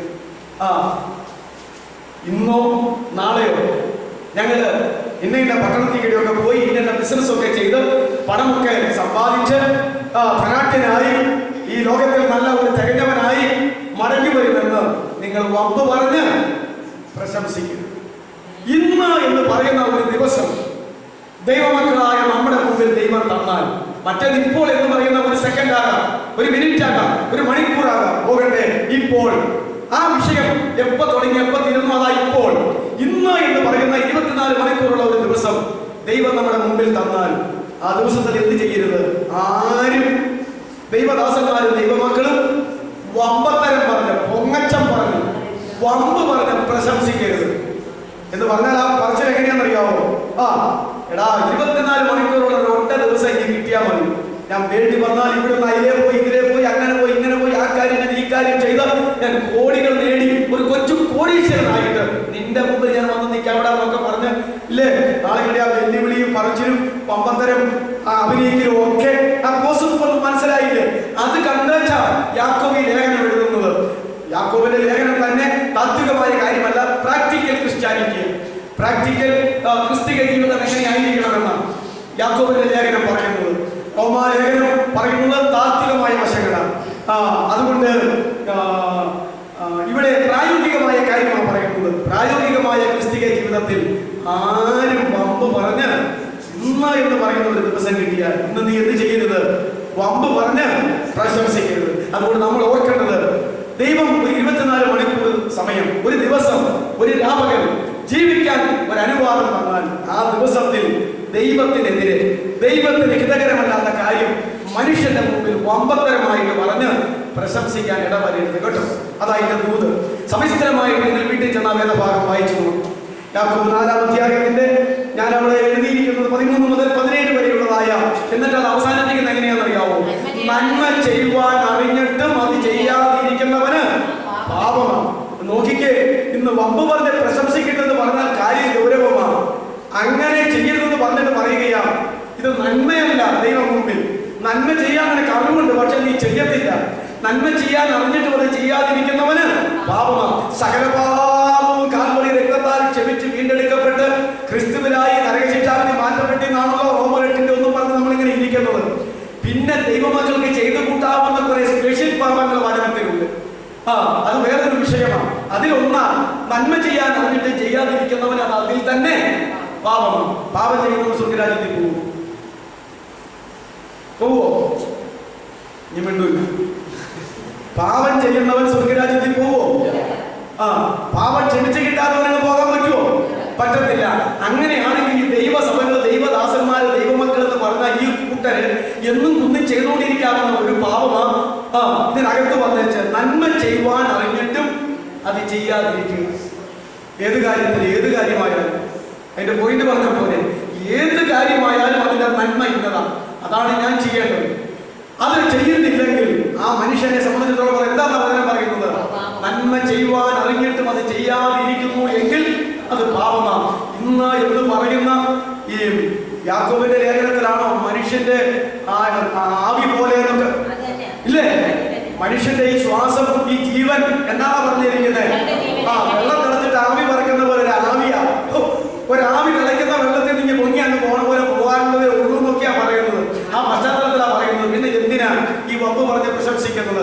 അതുകൊണ്ട് അത് ദൈവം മുമ്പിൽ നന്മയല്ല. നന്മ ചെയ്യാൻ നീ അറിഞ്ഞിട്ടും നീ അത് ചെയ്യാതിരിക്കുന്നുവെങ്കിൽ അത് നിനക്ക് എന്താ? പാപമാണ്. ഈ പാപത്തെ കുറിച്ച് എനിക്ക് അറിയത്തില്ല. യോഹന്നാൻ പറയുന്നു മരണത്തിനായുള്ള പാപമുണ്ട്, മരണത്തിനല്ലാത്ത പാപമുണ്ട്. മരണത്തിനായിട്ടുള്ള പാപം ചെയ്യുന്നവർ ഇതിനെ കുറിച്ച് എന്ത് ചെയ്യരുത? പ്രാർത്ഥിക്കണമെന്ന് എനിക്ക് വലിയ അഭിപ്രായമില്ല. മരണത്തിനല്ലാത്ത പാപം ചെയ്യുന്ന ആരെങ്കിലും ഉണ്ട്, അവരെ ഓർത്ത് പ്രാർത്ഥിച്ചാൽ മതി. ഇപ്പോഴായിരിക്കും ഗൗരവം മനസ്സിലായില്ലേ? ആകപ്പാടെ ചെറുപ്പം മുതൽ നമ്മൾ പറഞ്ഞിരിക്കുന്നത് പരിശുദ്ധാത്മാവിനെതിരായിട്ടുള്ള പാപം നികന്തലും പരത്തിനും ക്ഷമിക്കുക കർത്താവ് പറഞ്ഞിട്ടുണ്ട്. അതുകൊണ്ട് ആ ക്രിസ്ത്യൻ സമുദായങ്ങളെല്ലാം പഠിപ്പിക്കുന്നത് പരിശുദ്ധാത്മാവിനെതിരായിട്ടുള്ള പാപം നികന്തലും ക്ഷമിക്കില്ല, പരത്തിലും ക്ഷമിക്കില്ല എന്ന്.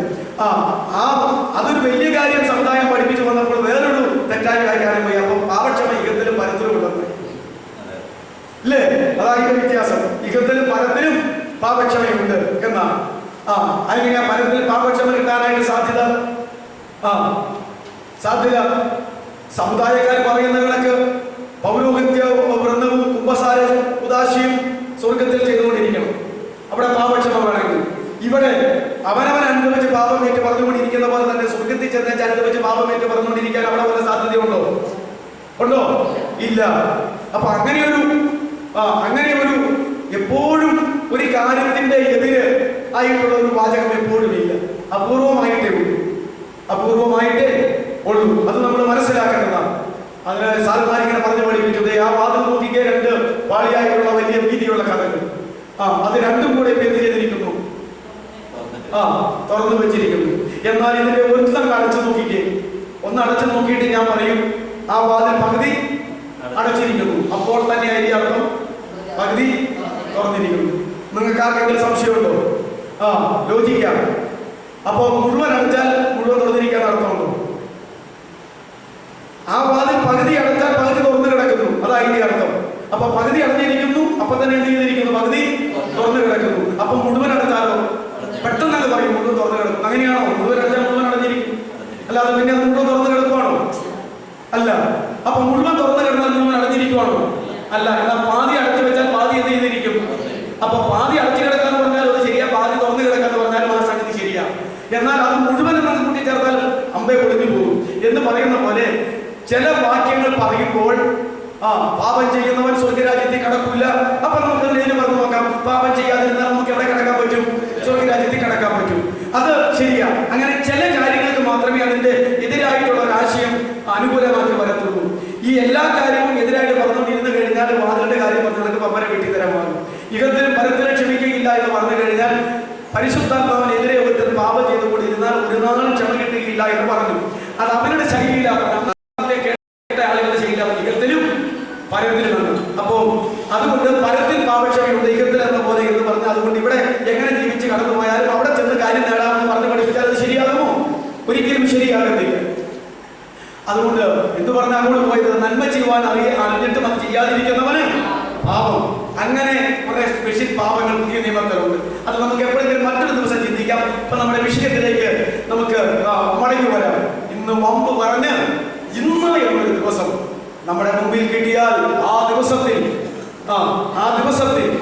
നന്മയല്ലാത്ത വിധത്തിൽ, ദൈവത്തിന്റെ നന്മയല്ലാത്ത വിധത്തിൽ നാം ഒന്നും ചെയ്ത് പാപം ചെയ്യരുത് എന്നാണ് അതിന്റെ അർത്ഥം.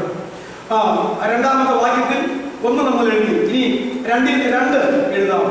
എബ്രായർ 3:8-15. എബ്രായർ 3:8-15.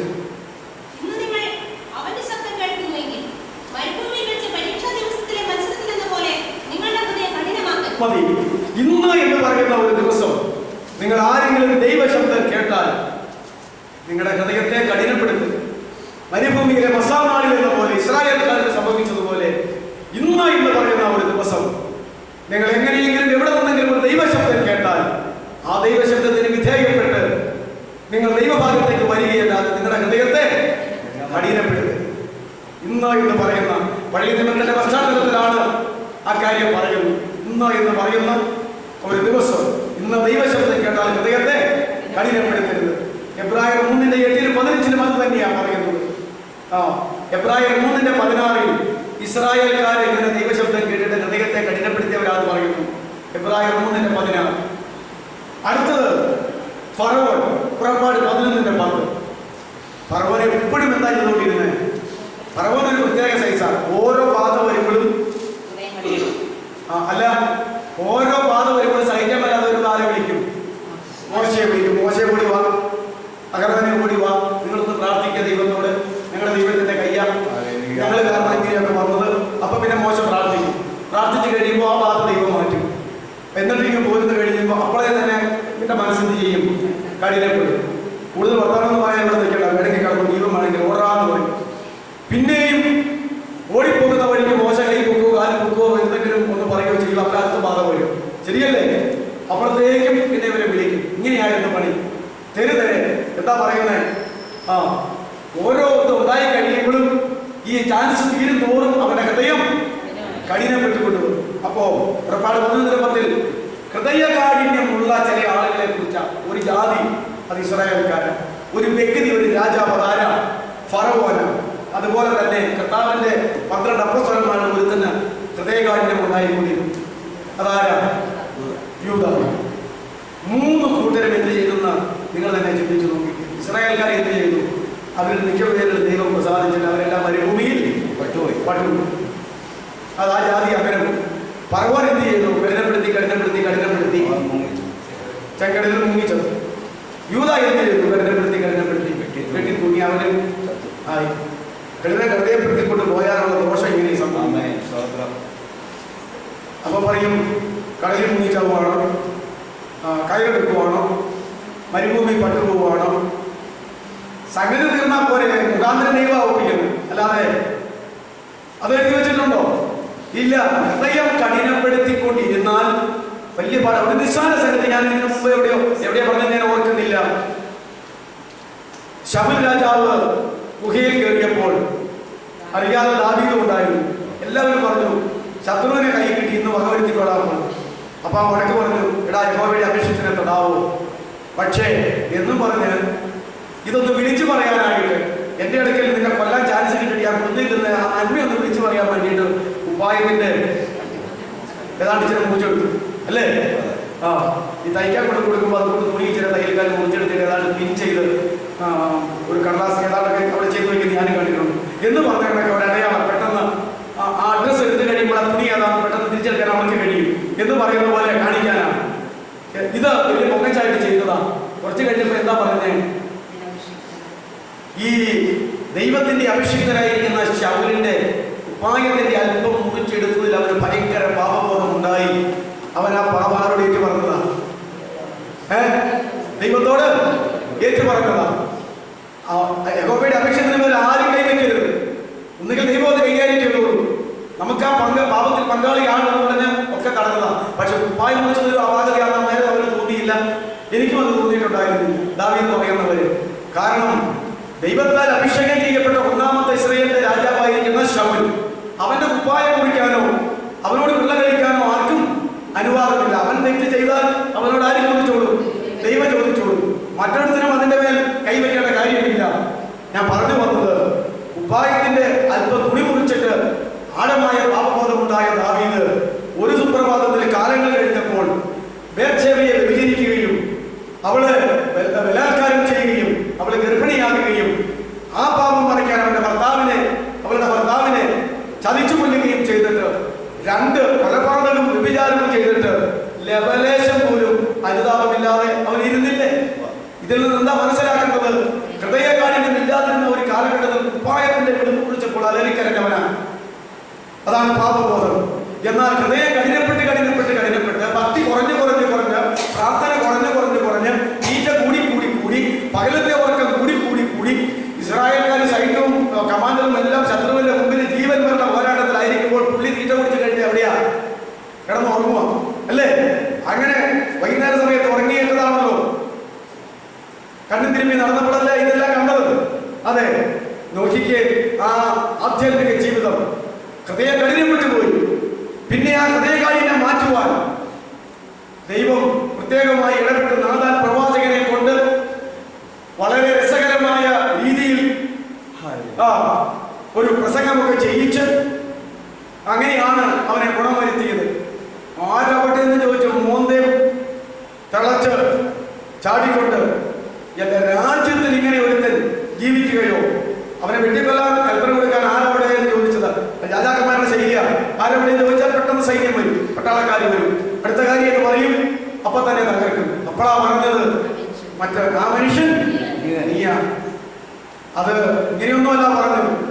ഒരു പ്രത്യേക അഭിഷേകത്തിൽ ആത്മശക്തിയിലാണല്ലോ നാഥാനെ അയച്ചത്. അല്ലെങ്കിൽ ചെറിയ പ്രവാചകനാണ്. ദാവീദിന്റെ മുഖത്ത് നോക്കി, രാജാവിന്റെ മുഖത്ത് നോക്കി പാപത്തെ കുറിച്ച് പ്രബോധിപ്പിക്കണമെങ്കിൽ അവന്റെ മേൽ വ്യാപരിച്ച ശക്തി അതിഭയങ്കരമായിരുന്നു. അപ്പോൾ അവൻ വിറയ്ക്കാൻ തുടങ്ങി. അങ്ങനെയാണല്ലോ അവൻ അനുഭവിച്ചത്. അപ്പൊ ഞാൻ പറഞ്ഞത്, ഹൃദയ കാഠിന്യം നമുക്കൊക്കെ ഉണ്ടാകും. ഇപ്പൊ നമ്മളെ തന്നെ ഒന്ന് ശോധന ചെയ്ത് കഴിഞ്ഞാൽ നമ്മളെ രക്ഷിക്കപ്പെട്ട നാളുകളിലും കഴിഞ്ഞ നാളുകളിലും കാളൊക്കെ നമ്മുടെ ഹൃദയം കഠിനപ്പെട്ടുകൊണ്ടിരിക്കുകയാണ്.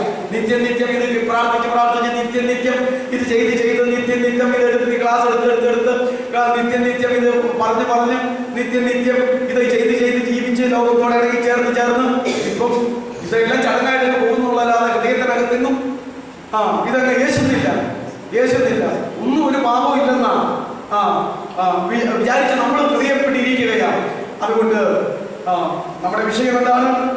ഇന്ന് നിങ്ങൾ ദൈവശബ്ദം കേട്ടാൽ പരിപ്പുമല മസാനാളിലെ എന്ന പോലെ ഇസ്രായേൽക്കാരെ പോലെ നിങ്ങൾ ആരും ഹൃദയത്തെ കഠിനപ്പെട്ട ഒരു ജാതി ഇസ്രായേൽക്കാരൻ മരുഭൂമിയിൽ പട്ടുപോയി. മറ്റൊന്ന് ഫറവോ രാജാവ്, അവൻ ചെങ്കടലിൽ മുങ്ങി നശിച്ചു പോയി. മറ്റൊന്ന് 12 പേരുടെ യൂദാ ഇസ്കരിയോത്ത, അവൻ ആത്മഹത്യയിൽ അവന്റെ കാര്യം അവസാനിക്കേണ്ടതായിട്ട് വന്നു. അതേസമയത്ത് ഇതിനേക്കാൾ വലിയ തെറ്റാ പത്രോസ് ചെയ്തത്, അവൻ അനുഭവിച്ചു അല്ലേ? എന്നാൽ യൂദയ്ക്ക് അതിനുള്ള ഇട കിട്ടിയിട്ടില്ല എന്നുള്ളത് നമ്മൾ മനസ്സിലാക്കേണ്ടതാണ്. രണ്ടാമത്തെ പോയിന്റിൽ മൂന്നാമത്തെ വിഷയത്തിലേക്ക് നമുക്ക് കടന്നു വരാം. ലൂക്കോസ് 19:42.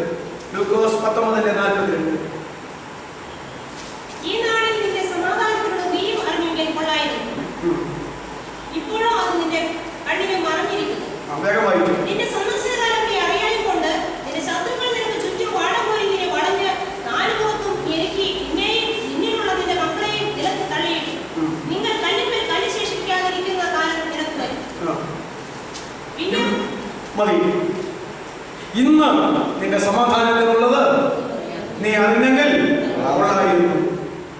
ചരിത്രപ്രകാരം നമ്മുടെ കർത്താവ് യെരൂശലേം ദേവാലയത്തോടും അവിടുത്തെ മതമേധാവികളോടും തന്റെ സമുദായത്തോടും എല്ലാം യാത്ര പറഞ്ഞ ആ പട്ടണത്തോടും അവസാന യാത്ര പറഞ്ഞ ഇറങ്ങിപ്പോരുന്ന ആ രംഗം ഇത് റോഷന എഴുന്നള്ളത്തിന് അല്ലേ? റോഷന എഴുന്നള്ളത്തിനാണ്. താൻ നഗരത്തെ നോക്കി, ദേവാലയത്തെ നോക്കി കരഞ്ഞു. അങ്ങനെയല്ല പറയുന്നത്, താൻ യെരൂശലേമിനെ നോക്കി കരഞ്ഞു. പ്രവാചകന്മാരെ കല്ലെറിയുകയും നിന്റെ അടുക്കൽ അയച്ചവളെ കല്ലെറിയുകയും അവരെ കൊല്ലുകയും ചെയ്ത യെരൂശലേമേ, കോഴി തന്റെ കുഞ്ഞുങ്ങളെ ചെറിയ കീഴിൽ ചേർക്കുന്ന പോലെ നിന്നെ ചേർക്കാൻ എത്ര വട്ടം എനിക്ക് മനസ്സായിരുന്നു, നിങ്ങൾക്കോ മനസ്സായില്ല.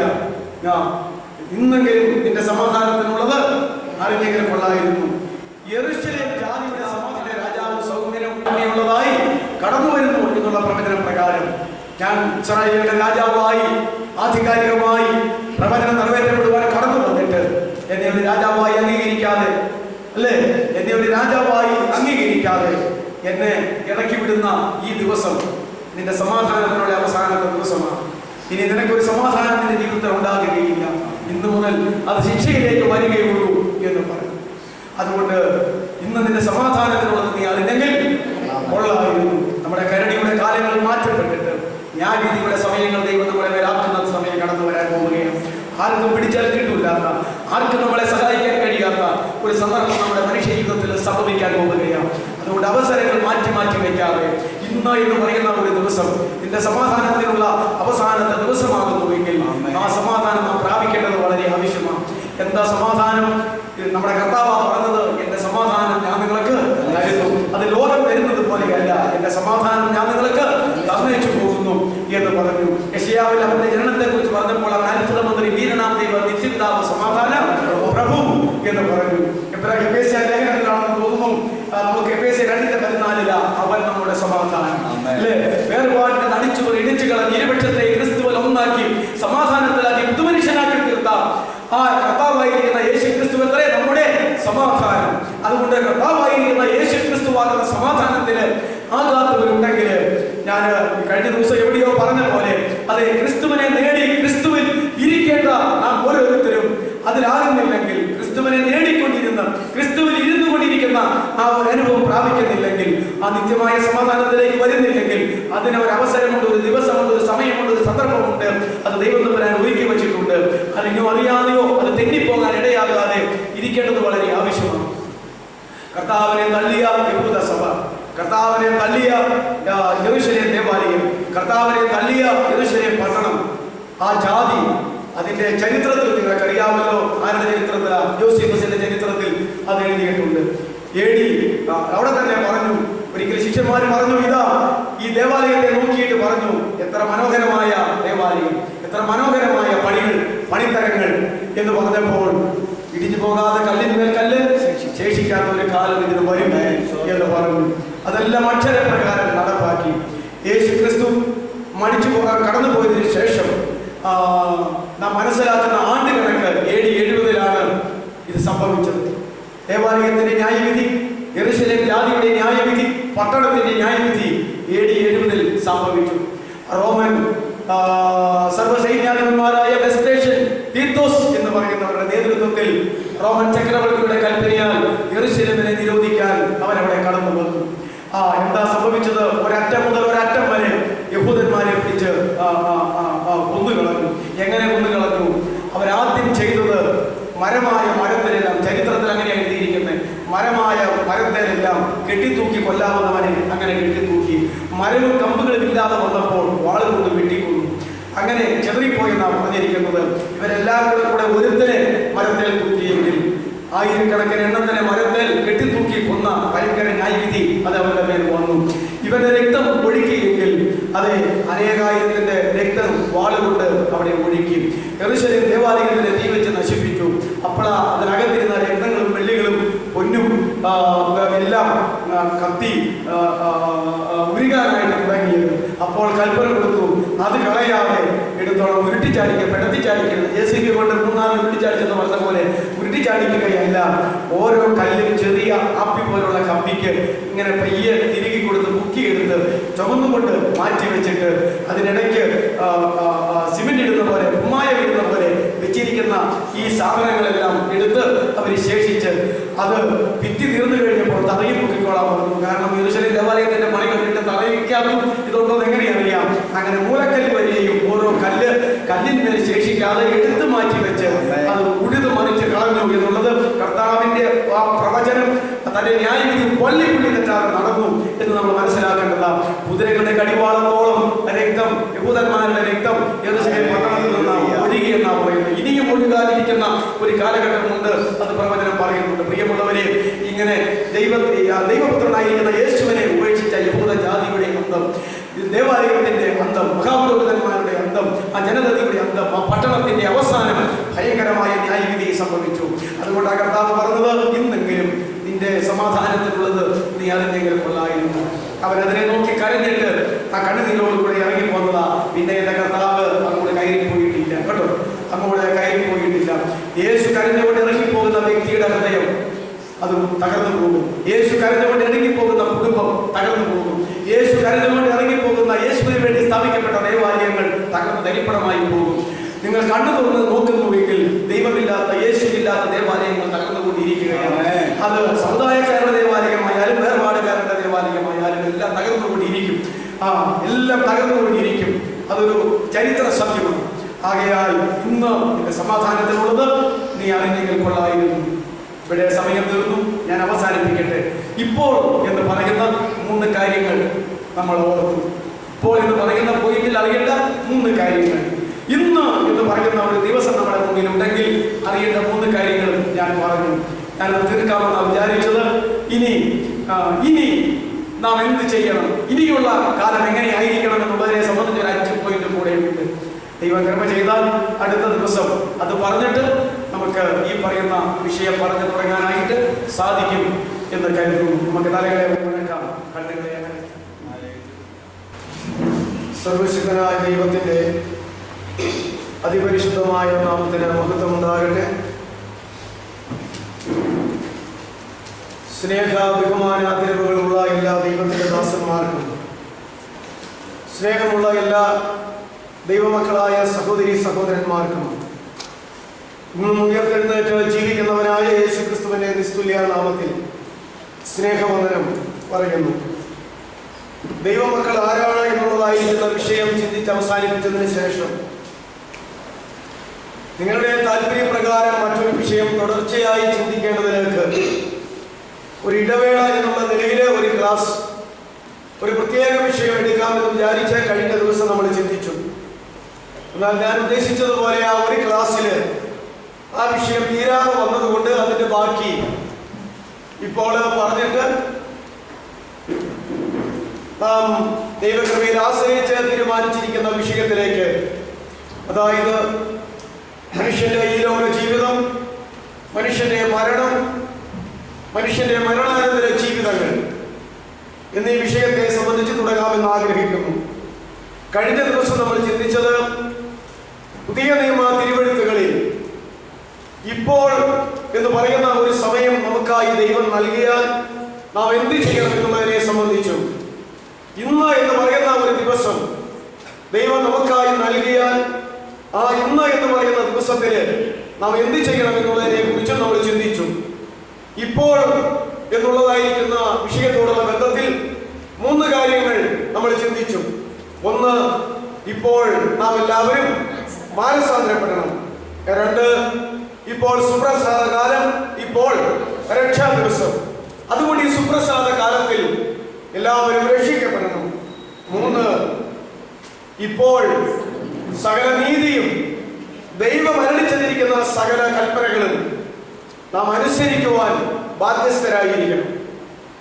ഇന്ന് എന്ന് പറയുന്ന ദിവസത്തിൽ നമ്മൾ ഒന്നാമത് ചിന്തിച്ചത്, ഇന്ന് നാം വമ്പ് പറഞ്ഞ് പ്രശംസിച്ച് നന്മ ചെയ്യുവാൻ അറിഞ്ഞിട്ടും ദൈവം ആഗ്രഹിക്കുന്ന തിന്മ ചെയ്ത് ജീവിക്കാൻ ഇടയാകരുത്. രണ്ടാമത്, ഇന്ന് എന്ന് പറയുന്ന ഒരു ദിവസം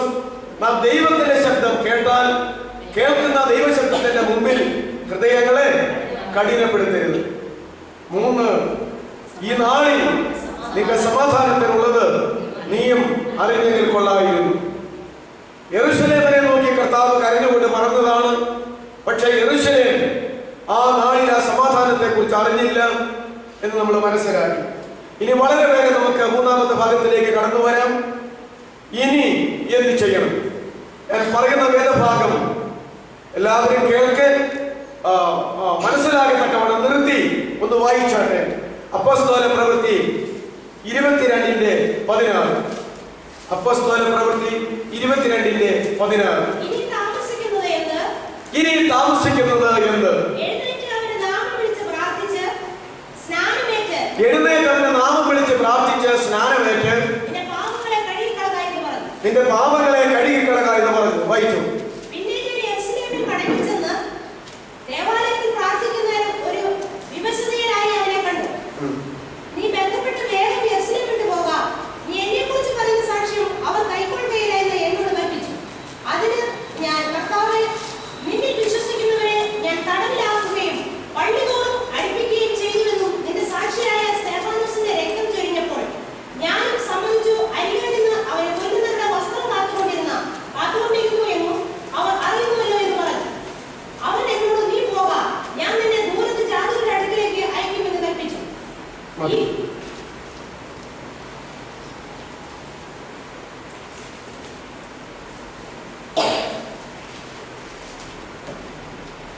ഈ വേദഭാഗം അപ്പോസ്തലനായ പൗലോസ് ശൗലെ മാനസാന്തരപ്പെട്ടിരിക്കുന്നതായ സമയത്ത് ദൈവം അരുളി ചെയ്യുന്ന ഒരു കാര്യമാണ്. നമ്മൾ ചിന്തിക്കുന്ന വിഷയം ഇനി എന്ത് ചെയ്യണമെന്നുള്ളതാണ്. ശൗലിനോട് ദൈവം അരുളി ചെയ്യുന്നത് ഇനി താമസിക്കരുത് എന്ന്. എന്തിന് താമസിക്കരുത്? എഴുന്നേൽക്കാൻ താമസിക്കരുത്, പ്രാർത്ഥിക്കാൻ താമസിക്കരുത്, സ്നാനപ്പെടുവാൻ താമസിക്കരുത്, പാപം കഴുകിക്കളയുവാൻ താമസിക്കരുത്, കർത്താവിന്റെ സാക്ഷിയാകുവാൻ താമസിക്കരുത്. ഇത്രത്തോളം വിഷയങ്ങളാണ് വേദഭാഗത്ത് നമ്മൾ മനസ്സിലാക്കുന്നത്. നമുക്കറിയാം, ദമസ്കോസിന്റെ തെരുവിൽ വെച്ച് സ്വർഗത്തിലെ ജീവിക്കുന്നവനായ യേശു ക്രിസ്തു തന്റെ ദൈവികമായ പദ്ധതിയാൽ ഈ ശൗലിനെ അവിടെ വെച്ച് പിടിക്കുകയും അവന്റെ ചുറ്റും മിന്നിയ തേജസ് മുഖാന്തരമായിട്ട് കണ്ണിന് കാഴ്ചയില്ലാത്തവനായി അവനവിടെ വീഴുകയും ചെയ്തു. കൂടെയുള്ളവർ അവനെ പിടിച്ചെഴുന്നേൽപ്പിച്ചപ്പോൾ അവന് കണ്ണിന് കാഴ്ചയില്ല. മറ്റൊരു സഹോദരന്റെ ഭവനത്തിലേക്ക് അവനെ കൊണ്ടുപോയി. കണ്ണിന് കാഴ്ചയില്ലാത്തവനായി 3 ദിവസം അവൻ അവിടെ ദൈവത്തോട് പ്രാർത്ഥിച്ചുകൊണ്ടിരുന്നു. ഈ സമയമാണ് ദമസ്കോസിൽ കർത്താവിന്റെ ശിഷ്യൻ എന്നറിയപ്പെടുന്ന അനന്യാസ് എന്ന് പറയുന്ന ഒരു ക്രിസ്തു ശിഷ്യനോട് ഈ ദമസ്കോസിൽ വെച്ച് ശൗലിനോട് ഇടപെട്ട അതേ കർത്താവ് ഇടപെട്ട് അനന്യാസിനെ ഈ ശൗലിന്റെ അടുക്കലേക്ക് അയക്കുന്നത്. അവൻ വന്നതിന് ശേഷം ഈ കാര്യങ്ങളെല്ലാം പറയുമ്പോൾ പറയുന്നതായിട്ടുള്ള വേദഭാഗമാണ് ഈ വായിച്ചത്. പൗലോസേ, ശൗലേ, ഇനി നീ താമസിക്കരുത്.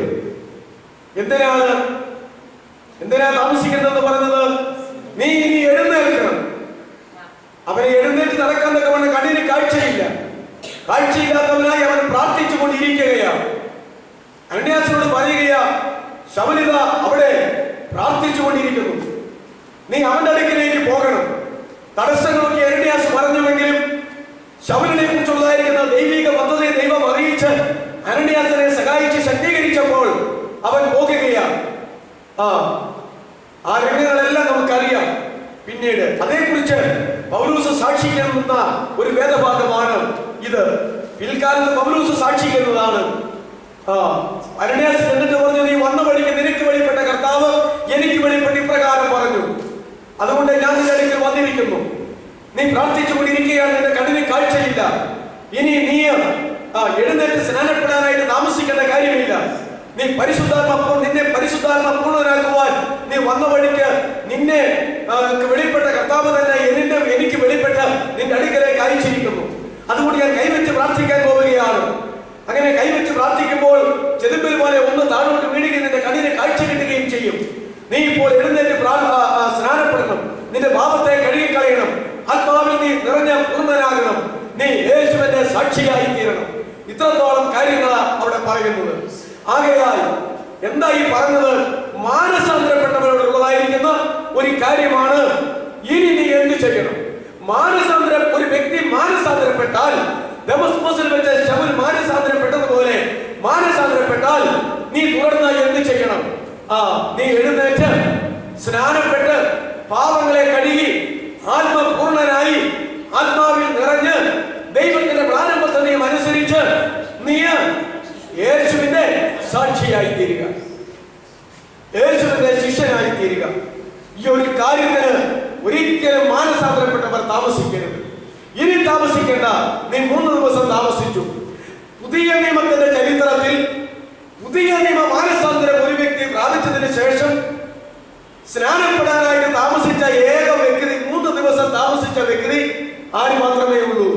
ശൗൽ മാത്രമേ ഉള്ളൂ. എന്തുകൊണ്ട് താമസിച്ചു? സ്നാനപ്പെടുത്താനായിട്ട് സ്നാപകനില്ലാതെ വന്നു.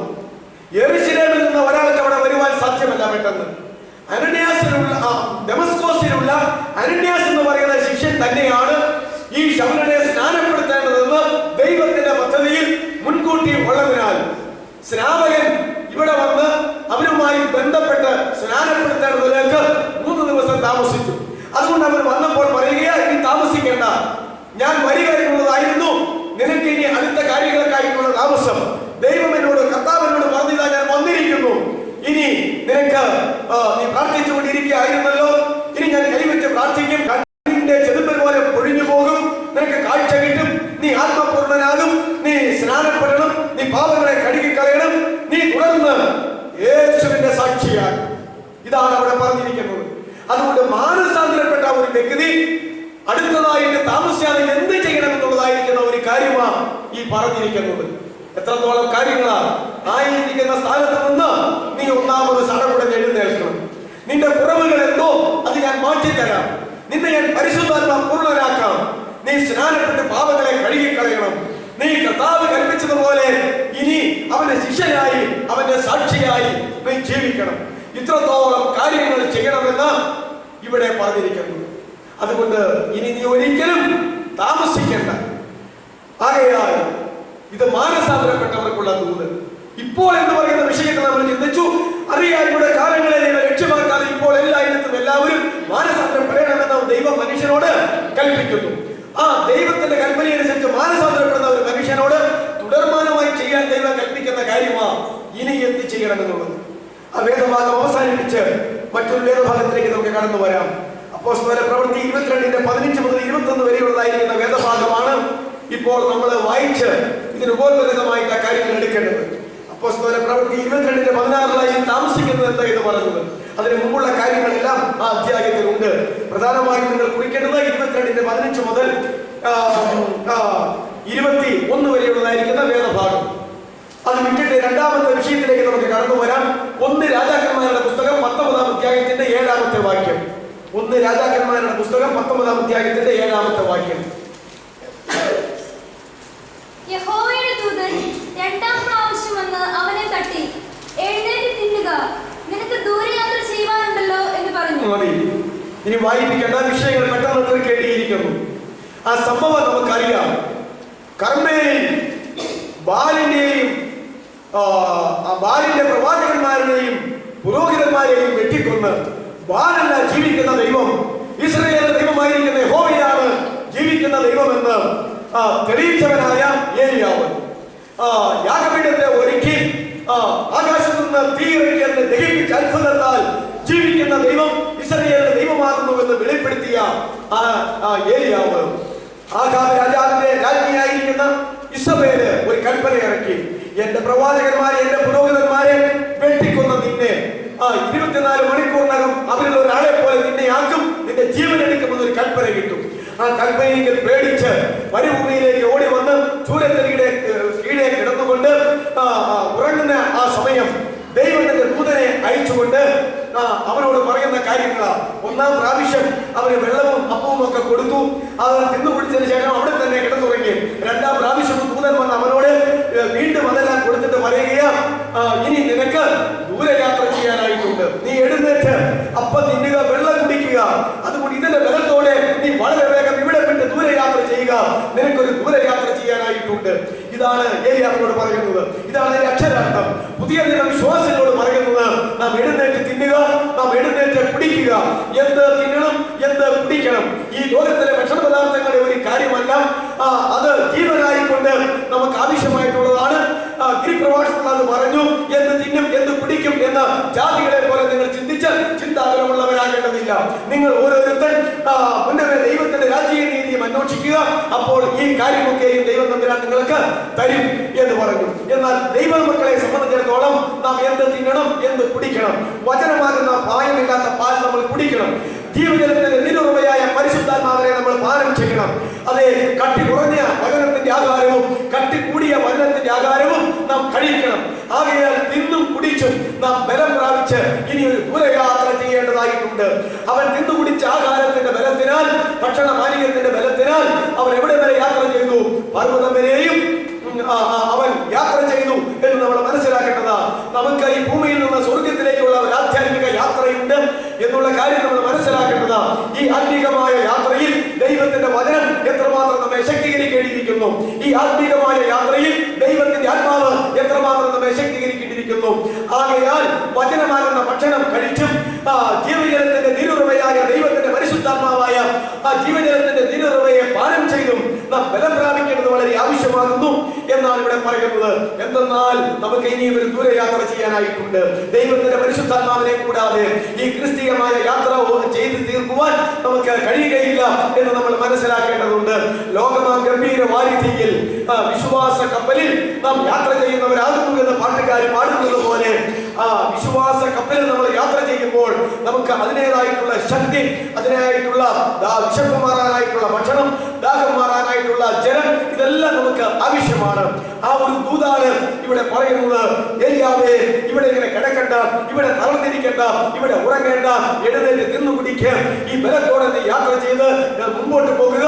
നിനക്കൊരു ദൂരയാത്ര ഇനി ചെയ്യാനായിട്ടുണ്ട് എന്ന് പറയുന്നത്. അവന് ഒരുപിടി യാത്രയുണ്ടായിരുന്നു, ഒരുപിടി ശുശ്രൂഷ ഉണ്ടായിരുന്നു. ആ കാര്യങ്ങളെല്ലാം പിൽക്കാലത്ത് പറഞ്ഞു കൊടുക്കുന്നുണ്ട്. അതെല്ലാം ഏലിയാവ് ചെയ്തു. ഞാൻ പിതാക്കന്മാരെക്കാൾ വലിയവനല്ല, എനിക്ക് ഇവിടെ കിടന്ന് മരിച്ചാൽ മതി എന്ന് പറയുമ്പോൾ ഏലിയാവ് ഒന്നും അറിയാതെ പറയുന്നുവെങ്കിലും ഏലിയാവിനെ സംബന്ധിച്ച് ദൈവത്തിന്റെ പ്ലാൻ അവന് മരണമെന്ന് പറയുന്നത് ഈ ഭൂമിയിൽ ഇല്ലാതെ അവനെ ജീവനോടെ എടുക്കുവാൻ സ്വർഗത്തിലെ ദൈവം പ്ലാൻ ഇട്ടിരിക്കുകയാണ്. പലപ്പോഴും ദൈവമക്കളായ നമ്മെ കുറിച്ചുള്ള ദൈവത്തിന്റെ പ്ലാനും പദ്ധതിയും എന്താകുന്നുവെന്ന് അറിയാതെ നമ്മൾ ഇവിടെ കിടന്ന് നിരാശപ്പെട്ട ആടി ഉലഞ്ഞ് അടന്ന് വരഞ്ഞ് ഉടന്ന് വരഞ്ഞ് ഒക്കെ നമ്മൾ ആയിരിക്കുന്നു. ഈ ലോകത്തിൽ മരിക്കാതിരിക്കാനായി പ്ലാൻ ചെയ്തിരിക്കുന്നവൻ ഇവിടെ കിടന്ന് പറയുകയാണ്, ഇസബേലയുടെ കൽപ്പനയിൽ പേടിച്ച് പറയുകയാ, എനിക്കിനി ജീവിക്കണ്ട, എന്റെ പിതാക്കന്മാരെ കഴിഞ്ഞ നല്ലവരല്ല, ഇത്രയും നാളത്തെ ജീവിതം പുറത്തുനിന്ന് മതി, മരിച്ചേക്കാം എന്റെ ആത്മാവിനെ എടുത്തുകൊള്ളാനായിട്ട്. എന്നാൽ ദൈവത്തിന് പറയാനായിട്ടുള്ളത്, ഏലിയാവേ, അങ്ങനെ ഒരു വിഷയം നിന്റെ ജീവിതത്തിൽ ഇല്ല. മരിക്കാതെ രണ്ടുപേരെ ഞാൻ എടുക്കാൻ പോവുകയാണ്, ഒന്ന് ഹാനോക്കിനെയും ഒന്ന് ഏലിയാവിനെയും. അങ്ങനെ രണ്ടുപേരെ ഞാൻ ഭൂമിയിൽ നിന്ന് നന്നായി തെരഞ്ഞെടുത്തത് ഒന്ന് നീയാ. അതുകൊണ്ട് മരണമെന്നൊന്ന് പറയുന്നത് നിനക്ക് ഇല്ല.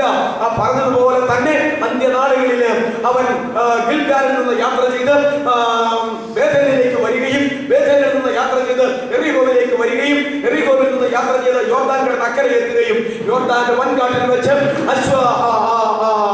സൈന്യങ്ങളും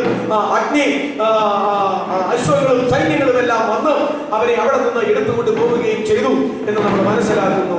അതുകൊണ്ട് പ്രിയ ദൈവത്തിന്റെ വൈദ്യരെ, ഇനി എന്ത് ചെയ്യണം? എഴുന്നേറ്റ് തിന്നു പിടിച്ച് ബലം പ്രാപിക്കുക. നമുക്കൊരു വലിയ യാത്ര, ആധ്യാത്മികമായ ഒരു യാത്ര ചെയ്യാനായിട്ടുണ്ട് എന്നുള്ള കാര്യം നമുക്ക് ഓർക്കാം. മൂന്നാമത്തെ വിഷയം യോശുവ 13-ാം അധ്യായത്തിന്റെ 1-ാമത്തെ വാക്യം. യോശുവ 13-ന്റെ 1-ാമത്തെ വാക്യം വേഗം വായിച്ചട്ടെ. യോശുവ 13-ന്റെ 1. യോശുവ വയസ്സ് ചെന്ന് വൃദ്ധനായപ്പോൾ യഹോവ അവനോട് അരുളിച്ചെയ്തത്. അത് വലിയ വിചിത്രമായിരിക്കുന്നു. യോശുവ വയസ്സ് ചെന്ന് വൃദ്ധനായിരിക്കുമ്പോൾ യഹോവ അവനോട് അരുളിച്ചെയ്യുന്നു. മോശയുടെ ശേഷം ഇസ്രായേലിന്റെ ലീഡറായി ദൈവം തിരഞ്ഞെടുത്തിരിക്കുന്ന ഒരു ശ്രേഷ്ഠനായ ദൈവദാസനാണ് യോശുവ. അത് അവന്റെ ചെറുപ്പകാലത്തിലായിരുന്നു. എന്നാൽ അവൻ ഇസ്രായേലിനെ നയിച്ച് യോർദാൻ കടത്തി കനാനിലേക്ക് കൊണ്ടുവന്ന് കനാനിലെ 7 ജാതികളെ യുദ്ധം ചെയ്ത് ചുടച്ച് അവരെ ഓടിച്ച് കൊടുത്തിട്ടുണ്ട്. അങ്ങനെ യോശുവ വയസ്സ് എന്ന് വൃദ്ധനായിരിക്കുമ്പോൾ ഇനി എന്റെ ശുശ്രൂഷ തീർന്നു എന്ന് പറഞ്ഞിരിക്കുമ്പോൾ ദൈവം വെളിപ്പെട്ടിട്ട് പറയുകയാ, എന്ന് പറഞ്ഞു, നീ വയസ്സ് ചെന്ന് വൃദ്ധനായിരിക്കുന്നു. ആ യാഥാർത്ഥ്യം എനിക്കറിയാം. ഇനി ഏറ്റവും വളരെ ദേശം കൈവശമാക്കാൻ ഇനിയുമുണ്ട്. ഇപ്പൊ വെട്ടിപ്പിടിച്ചതിനേക്കാൾ കൂടുതൽ സ്ഥലങ്ങൾ വെട്ടിപ്പിടിച്ച് യുദ്ധം ചെയ്ത് ശത്രുക്കളെ തോൽപ്പിച്ച് ഇസ്രായേൽ മക്കൾക്ക് ഞാൻ കൊടുത്തിരിക്കുന്ന ദേശം അവകാശമാക്കി കൊടുക്കാനായിട്ടുണ്ട്. ആ ദൗത്യം നിന്റേതാണെന്നാണ് പറഞ്ഞിരിക്കുന്നത്. പ്രിയമുള്ളവരെ, നമ്മൾ നോക്കുമ്പോൾ കർത്താവിന്റെ വേല ചെയ്യാൻ ഒരുപിടി തടസ്സങ്ങൾ. കർത്താവ്, എനിക്ക് ഇനിയും പഠിക്കണം, എനിക്കിപ്പോൾ വയസ്സ് പ്രായവുമായി ആരോഗ്യമില്ല, അല്ലെങ്കിൽ എനിക്ക് ആ ജോലിയാണ്, ഈ ജോലിയാ, ഇങ്ങനെ ഒരുപിടി കാര്യങ്ങൾ, അങ്ങനെ ഒരുപിടി കാര്യങ്ങൾ, ഒത്തിരി തടസ്സവാദങ്ങളാണ് ഉള്ളത്. ആ മോശയെ വിളിച്ചപ്പോൾ തന്നെ മോശ എന്താ പറഞ്ഞത്? അവസാനം പറഞ്ഞു, എനിക്ക് സംസാരശേഷിയില്ല, ഞാൻ വിക്കനാണ്, വാക്ചാതുര്യമില്ലാത്തവനാണ്, അതുകൊണ്ട് അങ്ങനെയുള്ള ഒരുത്തനെ ആക്കണം എന്നൊക്കെ കുറവുകൾ പറഞ്ഞു. അപ്പൊ പറഞ്ഞു, അത് പറഞ്ഞപ്പോ പറഞ്ഞു, അഹരോന് നിനക്ക് നാവായിട്ട് തന്നേക്കാം, ഒരു കൂട്ടിയിരിക്കട്ടെ. അവസാനം മോശ പറയുക, എന്തൊക്കെ പറഞ്ഞാലും ഞാൻ പോകില്ല, മറ്റൊരാളെ അയക്കണം. അപ്പോൾ യഹോവ മോശയോട് കോപിച്ചു, നിന്നെയാണ് ഞാൻ തെരഞ്ഞെടുത്തിരിക്കുന്നത്, നീ പോകുക എന്ന് പറഞ്ഞുകൊണ്ട് അവന്റെ കുറവുകളെ പരിഹരിച്ച് അഹരോനെ കൂട്ടിപ്പിടിച്ചു കൊടുക്കുക എന്ന് പറഞ്ഞുകൊണ്ട് മോശയെ ആക്കി എന്നാ പറയുന്നത്. ഇവിടെ യോശുവ യുദ്ധങ്ങൾ ചെയ്ത് വെട്ടിപ്പിടിച്ച് വയസ്സ് എന്ന് വൃദ്ധനായിരിക്കുമ്പോൾ ദൈവം വെളിപ്പെട്ടിട്ട് പറയുകയാ, അവന്റെ ശുശ്രൂഷ തീർന്നു, അവന്റെ ജീവിതം തീർന്നു, അവന്റെ ദൗത്യ നിർവഹണം തീർന്നു എന്നവൻ വിചാരിച്ചു കൊണ്ടിരിക്കുമ്പോൾ ദൈവം വെളിപ്പെട്ട് പറയുകയാ, ഇനിയും നിനക്ക് അനവധിയായ ദേശങ്ങളെ വെട്ടിപ്പിടിക്കാനായിട്ടുണ്ട്. അതുകൊണ്ട് എന്നെ കേൾക്കുന്ന പ്രിയ സഹോദരി സഹോദരങ്ങളെ, നാം ദൈവമക്കളാകുന്നുവല്ലോ. ആധ്യാത്മികമായ ജീവിതത്തിലുള്ളതായിരിക്കുന്ന ബന്ധത്തിൽ അനേക ആഴമേറിയ ആത്മീക അനുഭവങ്ങൾ വെട്ടിപ്പിടിച്ച് അതിലേക്ക് നാം കടന്നു വരേണ്ടതായിട്ട് ഇരിക്കുന്നു എന്ന് നമ്മൾ മനസ്സിലാക്കേണ്ടത് വളരെ ആവശ്യമാണ്. നമ്മുടെ അറിവ് തികഞ്ഞുവെന്ന് വിചാരിക്കരുത്, നമ്മുടെ അനുഭവം പൂർത്തിയായി എന്ന് വിചാരിക്കരുത്, നാം എന്തെങ്കിലും പ്രാപിച്ചു എന്ന് ഒരിക്കലും വിചാരിക്കരുത്. ഏലിയാവ് ഒരിക്കൽ പറഞ്ഞു, ഞാൻ ഒരുത്തൻ നിനക്ക് വേണ്ടി ഇപ്പോൾ നിയമിച്ചിരിക്കുന്നു. ദൈവം പറഞ്ഞു, നീ ഒരുത്തനല്ല, നീ അറിയാത്ത 7000 എണ്ണം ഇസ്രായേലിൽ അങ്ങിങ്ങായി ലോകം തൊട്ടിക്കായി എനിക്കുണ്ട്. അപ്പോൾ ഏലിയാവ് 7000-ാണ് എന്നുള്ള യാഥാർത്ഥ്യം ദൈവം പറഞ്ഞു. പലപ്പോഴും ഞാൻ മാത്രം, ഞാൻ ഇങ്ങനെ എന്ന് നമുക്ക് തോന്നാറുണ്ട്, ഭൗതിക മണ്ഡലത്തിലും ആധ്യാത്മിക മണ്ഡലത്തിലും. എന്നാൽ ദൈവം പറയുന്നു, അതെ, നീ മാത്രമല്ല, 7000 എണ്ണം നീ അറിയാത്തത് എനിക്കുണ്ട് എന്ന്. ഏലിയാവിന്റെ അറിവ് വളരെ പരിമിതമായിരുന്നു എന്ന് നമ്മൾ മനസ്സിലാക്കുക. അതുകൊണ്ട് പ്രിയമുള്ളവരെ, നാം അറിയേണ്ടതുപോലെ അറിഞ്ഞിട്ടില്ല, ഇനിയും നമുക്ക് അറിയാനായിട്ടുണ്ട്. നാം എന്തെങ്കിലും ആത്മീയ അനുഭവങ്ങൾ പ്രാപിച്ചിട്ടുണ്ടെങ്കിൽ ദൈവകൃപ, അതിന് ദൈവത്തോട് നന്ദി പറ. ഇനിയും വളരെയേറെ ആത്മീയ അനുഭവങ്ങൾ പ്രാപിക്കേണ്ടതുണ്ട്. അത് വചനത്തിൽ ഇപ്രകാരമാണ് പറയുന്നത്, ദൈവത്തിന്റെ ആഴങ്ങളെ കുറിച്ച് നമ്മൾ ബോധവാന്മാരാകേണ്ടതാണ്.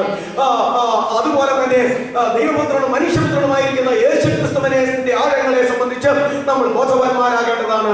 പരിശുദ്ധാത്മാവിന്റെ ആഴങ്ങളെ സംബന്ധിച്ച്, ആത്മാവിന്റെ ആഴങ്ങളെ സംബന്ധിച്ച് നമ്മൾ ബോധവാന്മാരാകേണ്ടതാണ്. അതുപോലെ തന്നെ വചനത്തിന്റെ ആഴങ്ങളെ സംബന്ധിച്ച് നമ്മൾ ബോധവാന്മാരാകേണ്ടതാണ്. ഒരു വിഷയം കൂടെയുണ്ട്, സാത്താന്റെ ആഴങ്ങളെ സംബന്ധിച്ചും നമ്മൾ ബോധവാന്മാരാകേണ്ടതുണ്ട്. ഇത്രത്തോളം വിഷയങ്ങളെ കുറിച്ച് നാം പഠിക്കേണ്ടത്. അപ്പോസ്തലനായ പൗലോസ് ഇതിലൊക്കെ തികഞ്ഞവനാണെന്ന് നമുക്ക് തോന്നുന്നുണ്ട്. പക്ഷേ അദ്ദേഹം പറഞ്ഞു, ഒന്ന് ഞാൻ ചെയ്യുന്നു, പിമ്പിലുള്ളത് മറക്കുന്നു, മുമ്പിലുള്ളത് ഞാനുകൊണ്ട് ക്രിസ്തുയേശുവിന്റെ പരമവിളിയുടെ ലാക്കിലേക്ക് ഞാൻ ഓടിക്കൊണ്ടിരിക്കുന്നു എന്നാ പറഞ്ഞിരിക്കുന്നത്. അതുകൊണ്ട് പ്രിയമുള്ളവരെ, യോശുവയോട് പറഞ്ഞ പോലെ ഇനിയും വലിയ ഒരു ദേശം വെട്ടിപ്പിടിക്കാനായിട്ടുണ്ട്. നമുക്കിവിടെ ഭൂമിയിലെ ദേശം വെട്ടിപ്പിടിക്കുകയല്ല, നമ്മുടെ നിത്യമായ പ്രതിഫലം പുതുവാന ഭൂമിയ ആധ്യാത്മികമായ അനുഭവം, വേദപുസ്തകത്തിലെ വചനത്തിലെ ആത്മീകമായ അനുഭവങ്ങൾ ധാരാളമായി വെട്ടിപ്പിടിക്കാനായിട്ടുണ്ട്. ഇനി നമ്മൾ ചെയ്യേണ്ട ഒരു കാര്യം അതാണ്. ലൂക്കോസിന്റെ സുവിശേഷം 14:22 വേഗം വായിച്ചാട്ടെ. ലൂക്കോസ് 14:22. പിന്നെ ദാസൻ യജമാനനെ കൽപ്പിച്ചത് ചെയ്തിരിക്കുന്നു, ഇനിയും സ്ഥലമുണ്ട് എന്ന് പറഞ്ഞു. മതി, ഇനിയും വിരുന്നുശാലയിൽ സ്ഥലമുണ്ട്. അതാണ് വിഷയം. ഇനിയും വിരുന്നുശാലയിൽ സ്ഥലമുണ്ട്. ഒരാൾ വിരുന്ന് നടത്തി, നേരത്തെ തന്നെ ആളുകളെയൊക്കെ വിളിച്ച് ഏർപ്പാട് ചെയ്തിരുന്നു. ആ ചരിത്രം അവിടെയാ, വായിക്കാനായിട്ട് നേരമില്ല. എന്നിട്ട് സമയമായപ്പോൾ പാലസ്തീൻ യഹൂദൻ അവരുടെ സിസ്റ്റം അനുസരിച്ച് ഒന്നുകൂടി അറിയിച്ചു. അപ്പോൾ എന്ത് ചെയ്തു? ഈ ക്ഷണിച്ചവരും വിളിച്ചവരും ആരും വന്നില്ല, എല്ലാവരും പോയി കളഞ്ഞു. ഒരുത്തം പറഞ്ഞു, കാള വാങ്ങിച്ചു, അത് നോക്കാൻ പോകണം, വയൽ വാങ്ങിച്ചു, അതിന് പോകണം, ഞാനിപ്പോ കല്യാണം ഇന്നലെ കഴിച്ചേ ഉള്ളൂ, എനിക്കിപ്പോ വരാൻ പറ്റത്തില്ല, ഭാര്യയോട് കൂടി ആയിരിക്കേണ്ട സമയമാണ്. ഇങ്ങനെ ഓരോരുത്തരും ഒഴിവുകൾ പറഞ്ഞ് ആ ക്ഷണിച്ച പുരുഷന്മാർ ആരും വന്നില്ല. ക്ഷണിക്കാൻ പോയവർ യജമാനോട് പറഞ്ഞു, ഇവരാരും വരുന്നില്ല, ഇതിന്റെ ഒഴിവുകഴിവുകളാണ് പറയുന്നത്. അപ്പോഴാണ് നീ പറഞ്ഞത്, നീ അങ്ങോട്ട് ചെല്ല്, വഴിവക്കത്തിരിക്കുന്നവരെ വിളിക്കും, അവരെ വിളിക്കും, ഇവരെ വിളിക്കും, വേലിക്കെട്ടി നിൽക്കുന്നവരെ വിളിക്കും എന്നൊക്കെ പറഞ്ഞ്, അംഗവൈകല്യമുള്ളവരെ വിളിക്കും എന്നൊക്കെ പറഞ്ഞ് നാട്ടിൽക്കിടെ അവരെല്ലാം ഓടിച്ച് അവരെല്ലാം ഇങ്ങനെ വന്നു. എന്നിട്ടും പറയുകയാണ്, അതിന്റെ സൂപ്രണ്ട് വന്ന് നോക്കിയപ്പോൾ പറയുകയാ, കർത്താവേ, യജമാനനെ, ഇനിയും വിരുന്നുശാലയിൽ സ്ഥലമുണ്ട് എന്നാ പറയുന്നത്. നമുക്ക് ആത്മിക വിഷയത്തിലേക്ക് കടന്നു വരാം. സ്വർഗത്തിൽ ദൈവം തന്റെ മക്കൾക്ക് വേണ്ടി ഒരുക്കുന്ന വിരുന്നുശാലയിൽ ഒന്നും ആളുകളായിട്ടില്ല. അവിടെ ധാരാളം വിരുന്നുശാലയിൽ ക്രമീകരിക്കപ്പെട്ടിരിക്കുന്ന ഇരിപ്പിടങ്ങളും സീറ്റുകളും ഇനിയും അവശേഷിച്ചുകൊണ്ടിരിക്കുകയാ. വിരുന്ന് നമുക്കായി ഒരുക്കപ്പെട്ടുകൊണ്ടിരിക്കുകയാ. ഒരു വലിയ വിരുന്ന് സ്വർഗത്തിൽ നടത്താനായിട്ട് പോവുകയാ. അതിലേക്ക് ധാരാളം സ്ഥലമുള്ളത് കൊണ്ട് എത്രയും വേഗം കടന്നു വന്ന് ക്ഷണിക്കപ്പെട്ടവരായും വിരുന്നനുഭവിക്കാൻ അയോഗ്യരായി മാറിപ്പോയപ്പോൾ ഇതാ കണ്ണിൽ കണ്ടവരെ എല്ലാം, നാട്ടിലുള്ളവരെ എല്ലാം, ജാതിമത വർഗവർണ്ണ വ്യത്യാസമില്ലാതെ എല്ലാവരെയും ക്ഷണിച്ചിരിക്കുന്ന ഒരു കൃപയുടെ കാലയളവില ദൈവത്തിന്റെ മക്കളെ നാം ജീവിക്കുന്നത് എന്ന് അറിയേണ്ടതാണ്. നാം ഇപ്രകാരം വായിച്ചു. അവസാന കർത്താവ് യഹൂദന്മാരോട് പറഞ്ഞു, ദൈവത്തിന്റെ രാജ്യം നിങ്ങളുടെ കയ്യിലേക്ക് തന്നു. അബ്രാഹാമിന്റെ കാലം മുതൽ, ഇസ്ഹാക്കിന്റെ കാലം മുതൽ, യാക്കോബിന്റെ കാലം മുതൽ, ഗോത്രപിതാക്കന്മാരുടെ കാലം മുതൽ ഇതാ ഇസ്രായേലിലേക്ക് ദൈവരാജ്യം തന്നു. എന്നിട്ട് രാജാവായിട്ട് ഞാനിവിടെ ജനിച്ചു വളർന്നു വന്നു. എത്രയായിരം വർഷങ്ങളായി പ്രിയ അബ്രാഹാമിന്റെ കാലം മുതൽ യേശു ക്രിസ്തു പറയുകയാ, എന്റെ 33 വയസ്സ് വരെയുള്ള കാലഘട്ടം ദൈവരാജ്യം നിങ്ങളുടെ കയ്യിൽ തന്നതാ, ഫലം കായ്ക്കാൻ വേണ്ടി, ദൈവത്തിന് വേണ്ടി. അതുകൊണ്ട് നിങ്ങൾ ഫലം കായ്ക്കാതിരിക്കുന്നത് കൊണ്ട് ഇതാ ദൈവരാജ്യം നിങ്ങളുടെ അടുക്കൽ നിന്ന് ഞാൻ എടുക്കാൻ പോവുകയാ. എന്നിട്ട് ഇത് എന്ത് ചെയ്യുന്നു? ഇത് ഫലം കായ്ക്കുന്ന ജാതികളിലേക്ക് കൊടുക്കാൻ പോവുകയാ. അങ്ങനെ അബ്രാഹാമിൽ ആരംഭിച്ച യേശു ക്രിസ്തുവിന്റെ 33 വയസ്സിൽ, അതേ പ്രിയമുള്ളവരെ, അവസാനിപ്പിച്ച ഇസ്രായേൽക്കാരുടെ ദൈവരാജ്യത്തെ അവരുടെ കയ്യിൽ നിന്ന് എടുത്ത് പെന്തക്കോസ്ത് മുതൽ ഇതാ കർത്താവിന്റെ മധ്യാകാശ വരുവരെയും ധാരാളം മനസ്ഥരായ ആളുകളുടെ കയ്യിലേക്ക് ഈ ദൈവരാജ്യത്തെ കൊടുത്തിരിക്കുകയാ, ഫലം കായ്ക്കാനായിട്ട് എന്ന് നമ്മൾ മനസ്സിലാക്കുക. ആകയാൽ ഇനിയും വിരുന്നുചാരികൾ സ്ഥലമുണ്ട്. ഇവിടെ ഫലം കായ്ക്കുന്ന ദൈവമക്കൾക്ക് വേണ്ടി അവൻ പ്രതിഫലം ഒരുക്കുകയാണ്. ഞാൻ കഴിഞ്ഞ ദിവസം പറഞ്ഞതാണ് എന്റെ ഓർമ്മ. അവൻ ഒരു രാജ്യം ഒരുക്കിക്കൊണ്ടിരിക്കുന്നു. അതെ, വീണ്ടും അവൻ ഒരു സ്ഥലം ഒരുക്കിക്കൊണ്ടിരിക്കുന്നു. വീണ്ടും അതിനകത്തൊരു നഗരം ഒരുക്കിക്കൊണ്ടിരിക്കുന്നു. നഗരത്തിനകത്ത് അവൻ മനോഹരമായ ഒരു വീട് ഒരുക്കിക്കൊണ്ടിരിക്കുന്നു. വീടിനകത്ത് അവൻ മനോഹരമായ ഒരു വിരുന്ന് ഒരുക്കിക്കൊണ്ടിരിക്കുന്നു. രക്ഷ ഇതാ സകല ജാതികളുടെയും മുമ്പാകെ നീ ഒരുക്കിയിരിക്കുന്ന നിന്റെ രക്ഷയെ എന്റെ കണ്ണ് കണ്ടുവല്ലോ. യേശു കുഞ്ഞിനെ കൈയെടുത്തുകൊണ്ട് വൃദ്ധനായ ശിമോൻ പറഞ്ഞതാ, സകല ജാതികളുടെ മുമ്പിൽ ഒരുക്കിയിരിക്കുന്ന നിന്റെ രക്ഷയാകുന്ന യേശു കുഞ്ഞിനെ ഇതാ എന്റെ കണ്ണ് കണ്ടുവല്ലോ. യേശുവിനെ ഒരുക്കിയിരിക്കുന്ന രക്ഷയാണ്, സകല ജാതികളുടെയും മുമ്പിൽ ഒരുക്കിയിരിക്കുന്ന രക്ഷയാണ്. ആകയാൽ കാൽവരിയിലെ ക്രൂശുമരണം മുതൽ പെന്തക്കോസ്ത് മുതൽ ഈ രക്ഷ ഒടുക്കുകയാ.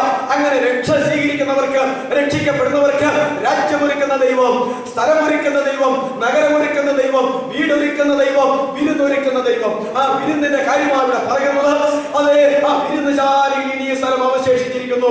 പ്രവാചകൻ വിളിച്ചു പറയുന്നു, കാട്ടുപ്രാക്കൾ കൂട്ടമായി വിരുന്നുശാലയിൽ കയറ്റാൻ തുടങ്ങി. കാട്ടുപ്രാക്കൾ കൂട്ടമായി വിരുന്നുശാലയിൽ കയറ്റാൻ തുടങ്ങിയിരിക്കുകയാ. ഇതതിന്റെ അന്ത്യനാഴികയാ. അതുകൊണ്ട് സ്വർഗത്തിലെ വിരുന്നുശാലയിൽ ഒരു കസേരയ്ക്ക് അവകാശം പറയുവാൻ ജീവിതത്തെ ക്രമീകരിക്കേണ്ട അവസാന നിമിഷമാകട്ടോ. ഇനിയും വിരുന്നുശാലയിൽ സ്ഥലമുണ്ടെന്ന് പറഞ്ഞപ്പോൾ ഇനിയും നീങ്ങളൊക്കെ ഇറങ്ങി തിരിച്ചിട്ട് ഒരു മനുഷ്യൻ ആയേച്ചാൽ മതി, മൃഗമാകാതിരുന്നേച്ചാൽ മതി, ഒരു മനുഷ്യൻ ആയേച്ചാൽ മതി, അവരെയൊക്കെ കൊണ്ടുവരാനായിട്ട് പറഞ്ഞു. അങ്ങനെയുള്ള ആളുകളെല്ലാം അവസാനമായി കൂട്ടത്തോടെ കൊണ്ടുവന്ന് കുളിപ്പിച്ച്, കഴുകി, തലമുടി വെള്ളിച്ച്, ഷേവ് ചെയ്യിച്ച്, വസ്ത്രം കൊടുത്ത് ശുദ്ധീകരിച്ച്, ഏത് കുറ്റരോഗിയാണോ, ഏത് അംഗവൈകല്യമുള്ളവനാണോ അവരെയൊക്കെയും വിരുന്നുശാലയിൽ കയറ്റി വിരുന്നനുഭവിച്ച ഒരു ദൈവം ജീവിക്കുന്നു. അതുകൊണ്ട് പ്രിയമുള്ളവരെ, അതിന്റെ നിമിഷത്തിലാണ് വന്നിരിക്കുന്നത്. 2007 അവസാനിച്ച് 2008 കടന്നിരിക്കുമ്പോൾ ഇതാ കർത്താവിന്റെ ശബ്ദം, അതേ വിരുന്നിന്റെ സൂപ്പർവൈസറിന്റെ ശബ്ദം മുടങ്ങുകയെ യജമാനോട്, കർത്താവേ, യജമാനനെ ഇനിയും വിരുന്നുശാലയിൽ സഭ അവശേഷിച്ചിരിക്കുന്നു. കണ്ണിൽ കണ്ടവരെല്ലാം വിളിച്ചുകൊണ്ടുവന്ന് എന്റെ വിരുന്നുശാല നിറയ്ക്കുവീൻ. സമയമില്ല, തീരാൻ പോവുകയാ. അതുകൊണ്ട് ഇനിയും വിരുന്നുശാലയിൽ സ്ഥലം അവശേഷിച്ചിരിക്കുന്നു. ഈ ക്ലാസ്സിൽ സംബന്ധിക്കുന്ന ഞാനോ നീയോ കൊണ്ട് ആ വിരുന്നുശാല പൂർത്തിയാക്കേണ്ടതുണ്ടെങ്കിൽ ഇന്ന് രാത്രി പൂർത്തിയാക്കിയാൽ ഇന്ന് രാത്രി കർത്താവ് വന്നിരിക്കും. ആകയാൽ പ്രിയമുള്ളവരെ, അതിനുള്ള ലക്ഷണങ്ങളെല്ലാം നമ്മൾ കണ്ടു തുടങ്ങിയിരിക്കുന്നു. ഞാൻ അവസാനിപ്പിക്കട്ടെ. ഇനിയും വിരുന്നുശാലയിൽ സ്ഥലമുണ്ട്. ഇനി ഒരൊറ്റ വാക്കോടെ പറഞ്ഞ വിഷയം ഞാൻ അവസാനിപ്പിക്കാം. വായിക്കാം. 2 തിമോത്തി 4:8. അത് വായിക്കേണ്ട. ഇതാണല്ലോ, ഞാൻ നല്ല പോർ പൊരുതു, ഓട്ടം തികച്ചു, വിശ്വാസം കാത്തു, ഇനി നീതി കിരീടം എനിക്കായി വച്ചിരിക്കുന്നു. ഇതാ ഇനി നീതി കിരീടം. അത് എനിക്ക് മാത്രമല്ല, തന്റെ പ്രത്യക്ഷതയിൽ പ്രിയം വെച്ച എല്ലാവർക്കും കൂടെ. ഞാൻ എന്റെ ഓട്ടം ഓടി എത്തിച്ചു. സഭമക്കളോട് പറയുകയാ, ഞാൻ എന്റെ ഓട്ടം ഓടി എത്തിച്ചു, ഞാൻ എന്റെ വിശ്വാസം കാത്തു, ഞാൻ നല്ല പോർ പൊരുതു, അത് തീർന്നു. ഇനി എനിക്ക് ഒരൊറ്റ ആഗ്രഹമേ ഉള്ളൂ, എനിക്കായി ഒരുക്കി വെച്ചിരിക്കുന്ന നീതി കിരീടം എനിക്ക് ഇനി പ്രാപിക്കണം. അപ്പോൾ പറയുകയാണ്, എനിക്ക് മാത്രമല്ല, യേശു ക്രിസ്തുവിൽ പ്രിയം വെച്ചിരിക്കുന്ന, തന്റെ പ്രത്യക്ഷതയിൽ പ്രിയം വെച്ചിരിക്കുന്ന എല്ലാവർക്കും ഈ നീതി കിരീടം പ്രാപിക്കാനായിട്ടുണ്ട്. അതുകൊണ്ട് പ്രിയ ദൈവമക്കളെ, ഓട്ടം ഓടി എത്തിക്കണം, വിശ്വാസം കാത്തു നിൽക്കണം, അത് നല്ല പോർ പൊരുതി ജയിക്കണം. അത് തികഞ്ഞുവെന്ന് ആരെങ്കിലും പറഞ്ഞാൽ ഇനി നിനക്ക് എന്ത് വെച്ചിരിക്കുകയാ? നീതി കിരീടം വെച്ചിരിക്കുകയാണ്, പ്രതിഫലം വെച്ചിരിക്കുകയാണ്. അതുകൊണ്ട് ഇനി നീതി കിരീടം എനിക്കും നിങ്ങൾക്കായി വെച്ചിരിക്കുന്നു എന്ന് അപ്പോസ്തലനായ പൗലോസ് തീമോഥെയോസിന്റെ ലേഖനത്തിൽ രേഖപ്പെടുത്തി വെച്ചിരിക്കുക. 2 തിമോഥെയോസ് 4:8. 2 തിമോഥെയോസ് 4:8. ഇനി നീതി കിരീടം എനിക്കും നിങ്ങൾക്കുമായി വച്ചിരിക്കുന്നു. ഇപ്പോൾ 5 പോയിന്റിനാൽ ഇനി എന്ത് ചെയ്യണം എന്നുള്ളതായിരിക്കുന്ന ആ ഭാഗം ഞാൻ അവസാനിപ്പിക്കട്ടെ. 1, ഇനി താമസിക്കരുത്, യേശുവിന്റെ സാക്ഷിയാകാൻ ഇനി താമസിക്കരുത്. 2, ഇനിയും ആധ്യാത്മികമായ യാത്ര, ദൂരയാത്ര ചെയ്യാനായിട്ടുണ്ട്. 3, ഏറ്റവും വലിയ ആത്മികമായ അനുഭവങ്ങളെ ഇനി പ്രാപിച്ചെടുക്കേണ്ടതായിട്ടുണ്ട്. 4, ഇനിയും വിരുന്നുശാലയിൽ സ്ഥലമുണ്ട്. 5, ഇനി നീതി കിരീടം പ്രാപിക്കാൻ ആവശ്യമായിരിക്കും. അതുകൊണ്ട് ആ ഒരു വിഷയം ഇങ്ങനെ നമുക്ക് തീർക്കാം. ഇപ്പോൾ എന്ത് ചെയ്യും? 3 കാര്യം. ഇന്ന് എന്ന് പറയുന്ന ഒരു ദിവസത്തിൽ എന്ത് ചെയ്യണം? 3 കാര്യം അല്ലേ? ഇനി എന്ത് ചെയ്യണം? 5 കാര്യം. ഇപ്രകാരം ഒരു വിഷയം പുതിയ നിയമത്തിലുണ്ട്. ഇപ്പോൾ, ഇന്ന്, ഇനി. ഈ സമയങ്ങൾ 3 ഓരോ മനുഷ്യനെ സംബന്ധിച്ചിടത്തോളം അവന്റെ മുമ്പിൽ വരുമ്പോൾ ദൈവത്തിന്റെ മാറ്റമില്ലാത്ത വചനം അനുസരിച്ച്, ദൈവത്തിന്റെ പരിശുദ്ധാത്മാവിന്റെ ആഹ്വാനം അനുസരിച്ച് നാം അതനുഭവിച്ച് ആ വചന നിവൃത്തിയിലേക്ക് കടന്നു വന്ന് ദൈവത്തെ പ്രസാദിപ്പിച്ച് ദൈവത്തിന് കൊള്ളാകുന്നവരായി തീരുവാൻ ദൈവമായ കർത്താവ് നമ്മെ സഹായിക്കും.